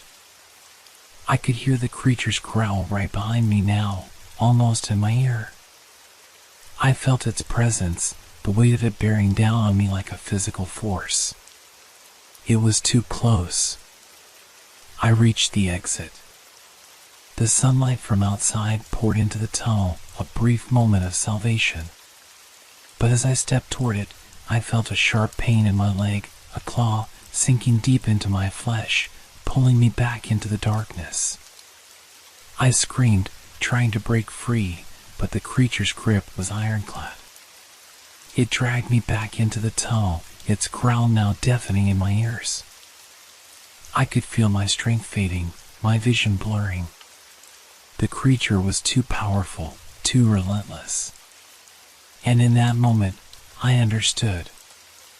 I wasn't just its prey, I was its victim. As the light from the outside grew distant, my world went dark once again. I don't know how long I was unconscious this time. Hours, maybe days. My mind swirled in a haze of pain, fear, and confusion. My body ached all over, as though it had been dragged through the very bowels of the earth. I could still feel the cold, damp air of the tunnel around me, but something was different now. The silence was oppressive, unnatural. The creature, it was gone. When I finally opened my eyes, the world around me seemed alien. The dim, flickering light from the tunnel's entrance now felt far away, as if the distance between me and the outside world had grown impossibly vast. My hands trembled as I pushed myself up, my legs too weak to support my full weight. I was covered in dirt and grime, and the pain in my leg where the creature had wounded me was sharp, burning. But I didn't care about the pain. What terrified me more was the absence of sound. The growl, the shuffling of the creature's movements, they were gone. I could still feel its presence, a lingering weight in the air, as though it was watching me from the shadows. But there was no growl, no movement. Only the quiet, thick darkness. I dared not move for a moment. My breaths came in shallow gasps, every nerve on edge. Then, I remembered the exit, the faint light that had once seemed like salvation. I forced myself to crawl toward it, inching forward on my elbows, my leg dragging behind me like a useless weight. With each slow movement, I felt it, the presence of the creature, still lingering in the dark corners of my mind. Its grip on my consciousness was tight, like a vice. Every time I tried to focus, to push it out of my thoughts, its growl echoed in my head, a low hum that rattled my bones. But I couldn't stop. I had to reach the exit. Finally, I made it. I reached the edge of the tunnel, the world outside brighter than I remembered, but just as dangerous. I pulled myself up, my body screaming in protest, and stumbled into the daylight. But there was no comfort in it. The sunlight was harsh, blinding. My skin burned as I collapsed onto the ground. As I lay there, gasping for air, I tried to process what had happened. Was it over? Was the creature truly gone? I didn't know. I couldn't be sure. There was no way to know for certain. But there was one thing I did know. Whatever had been stalking me in those tunnels, it wasn't done with me yet. I could feel it. It was in my mind, its presence clinging to the edges of my thoughts. The growl, it was there, faint, distant, but ever present. It wasn't over. Not yet. And as I lay there, on the edge of the city, surrounded by the distant sounds of life, I heard a whisper in my mind. You can't escape. The chill ran through my body as the realization hit me. There would be no escape. The creature wasn't just a shadow in the tunnels. It had made its way into me, into my thoughts. I wasn't free. And then, the last thing I heard was the faintest rustle of something far too close for comfort. Something watching me. Thank you for making our stories part of your relaxation time. We hope they brought you a sense of peace and transported you to a world of fantasy and mystery. If you enjoyed the stories, feel free to leave us a review. Your feedback inspires us and helps us make the content even better. Now, unwind to the calming sounds of rain and thunderstorms, which will continue to set a tranquil mood. Let these sounds carry you gently into the realm of dreams. Don't forget to like our page if you haven't yet. Wishing you a restful night's sleep. Relax, rest well, and good night.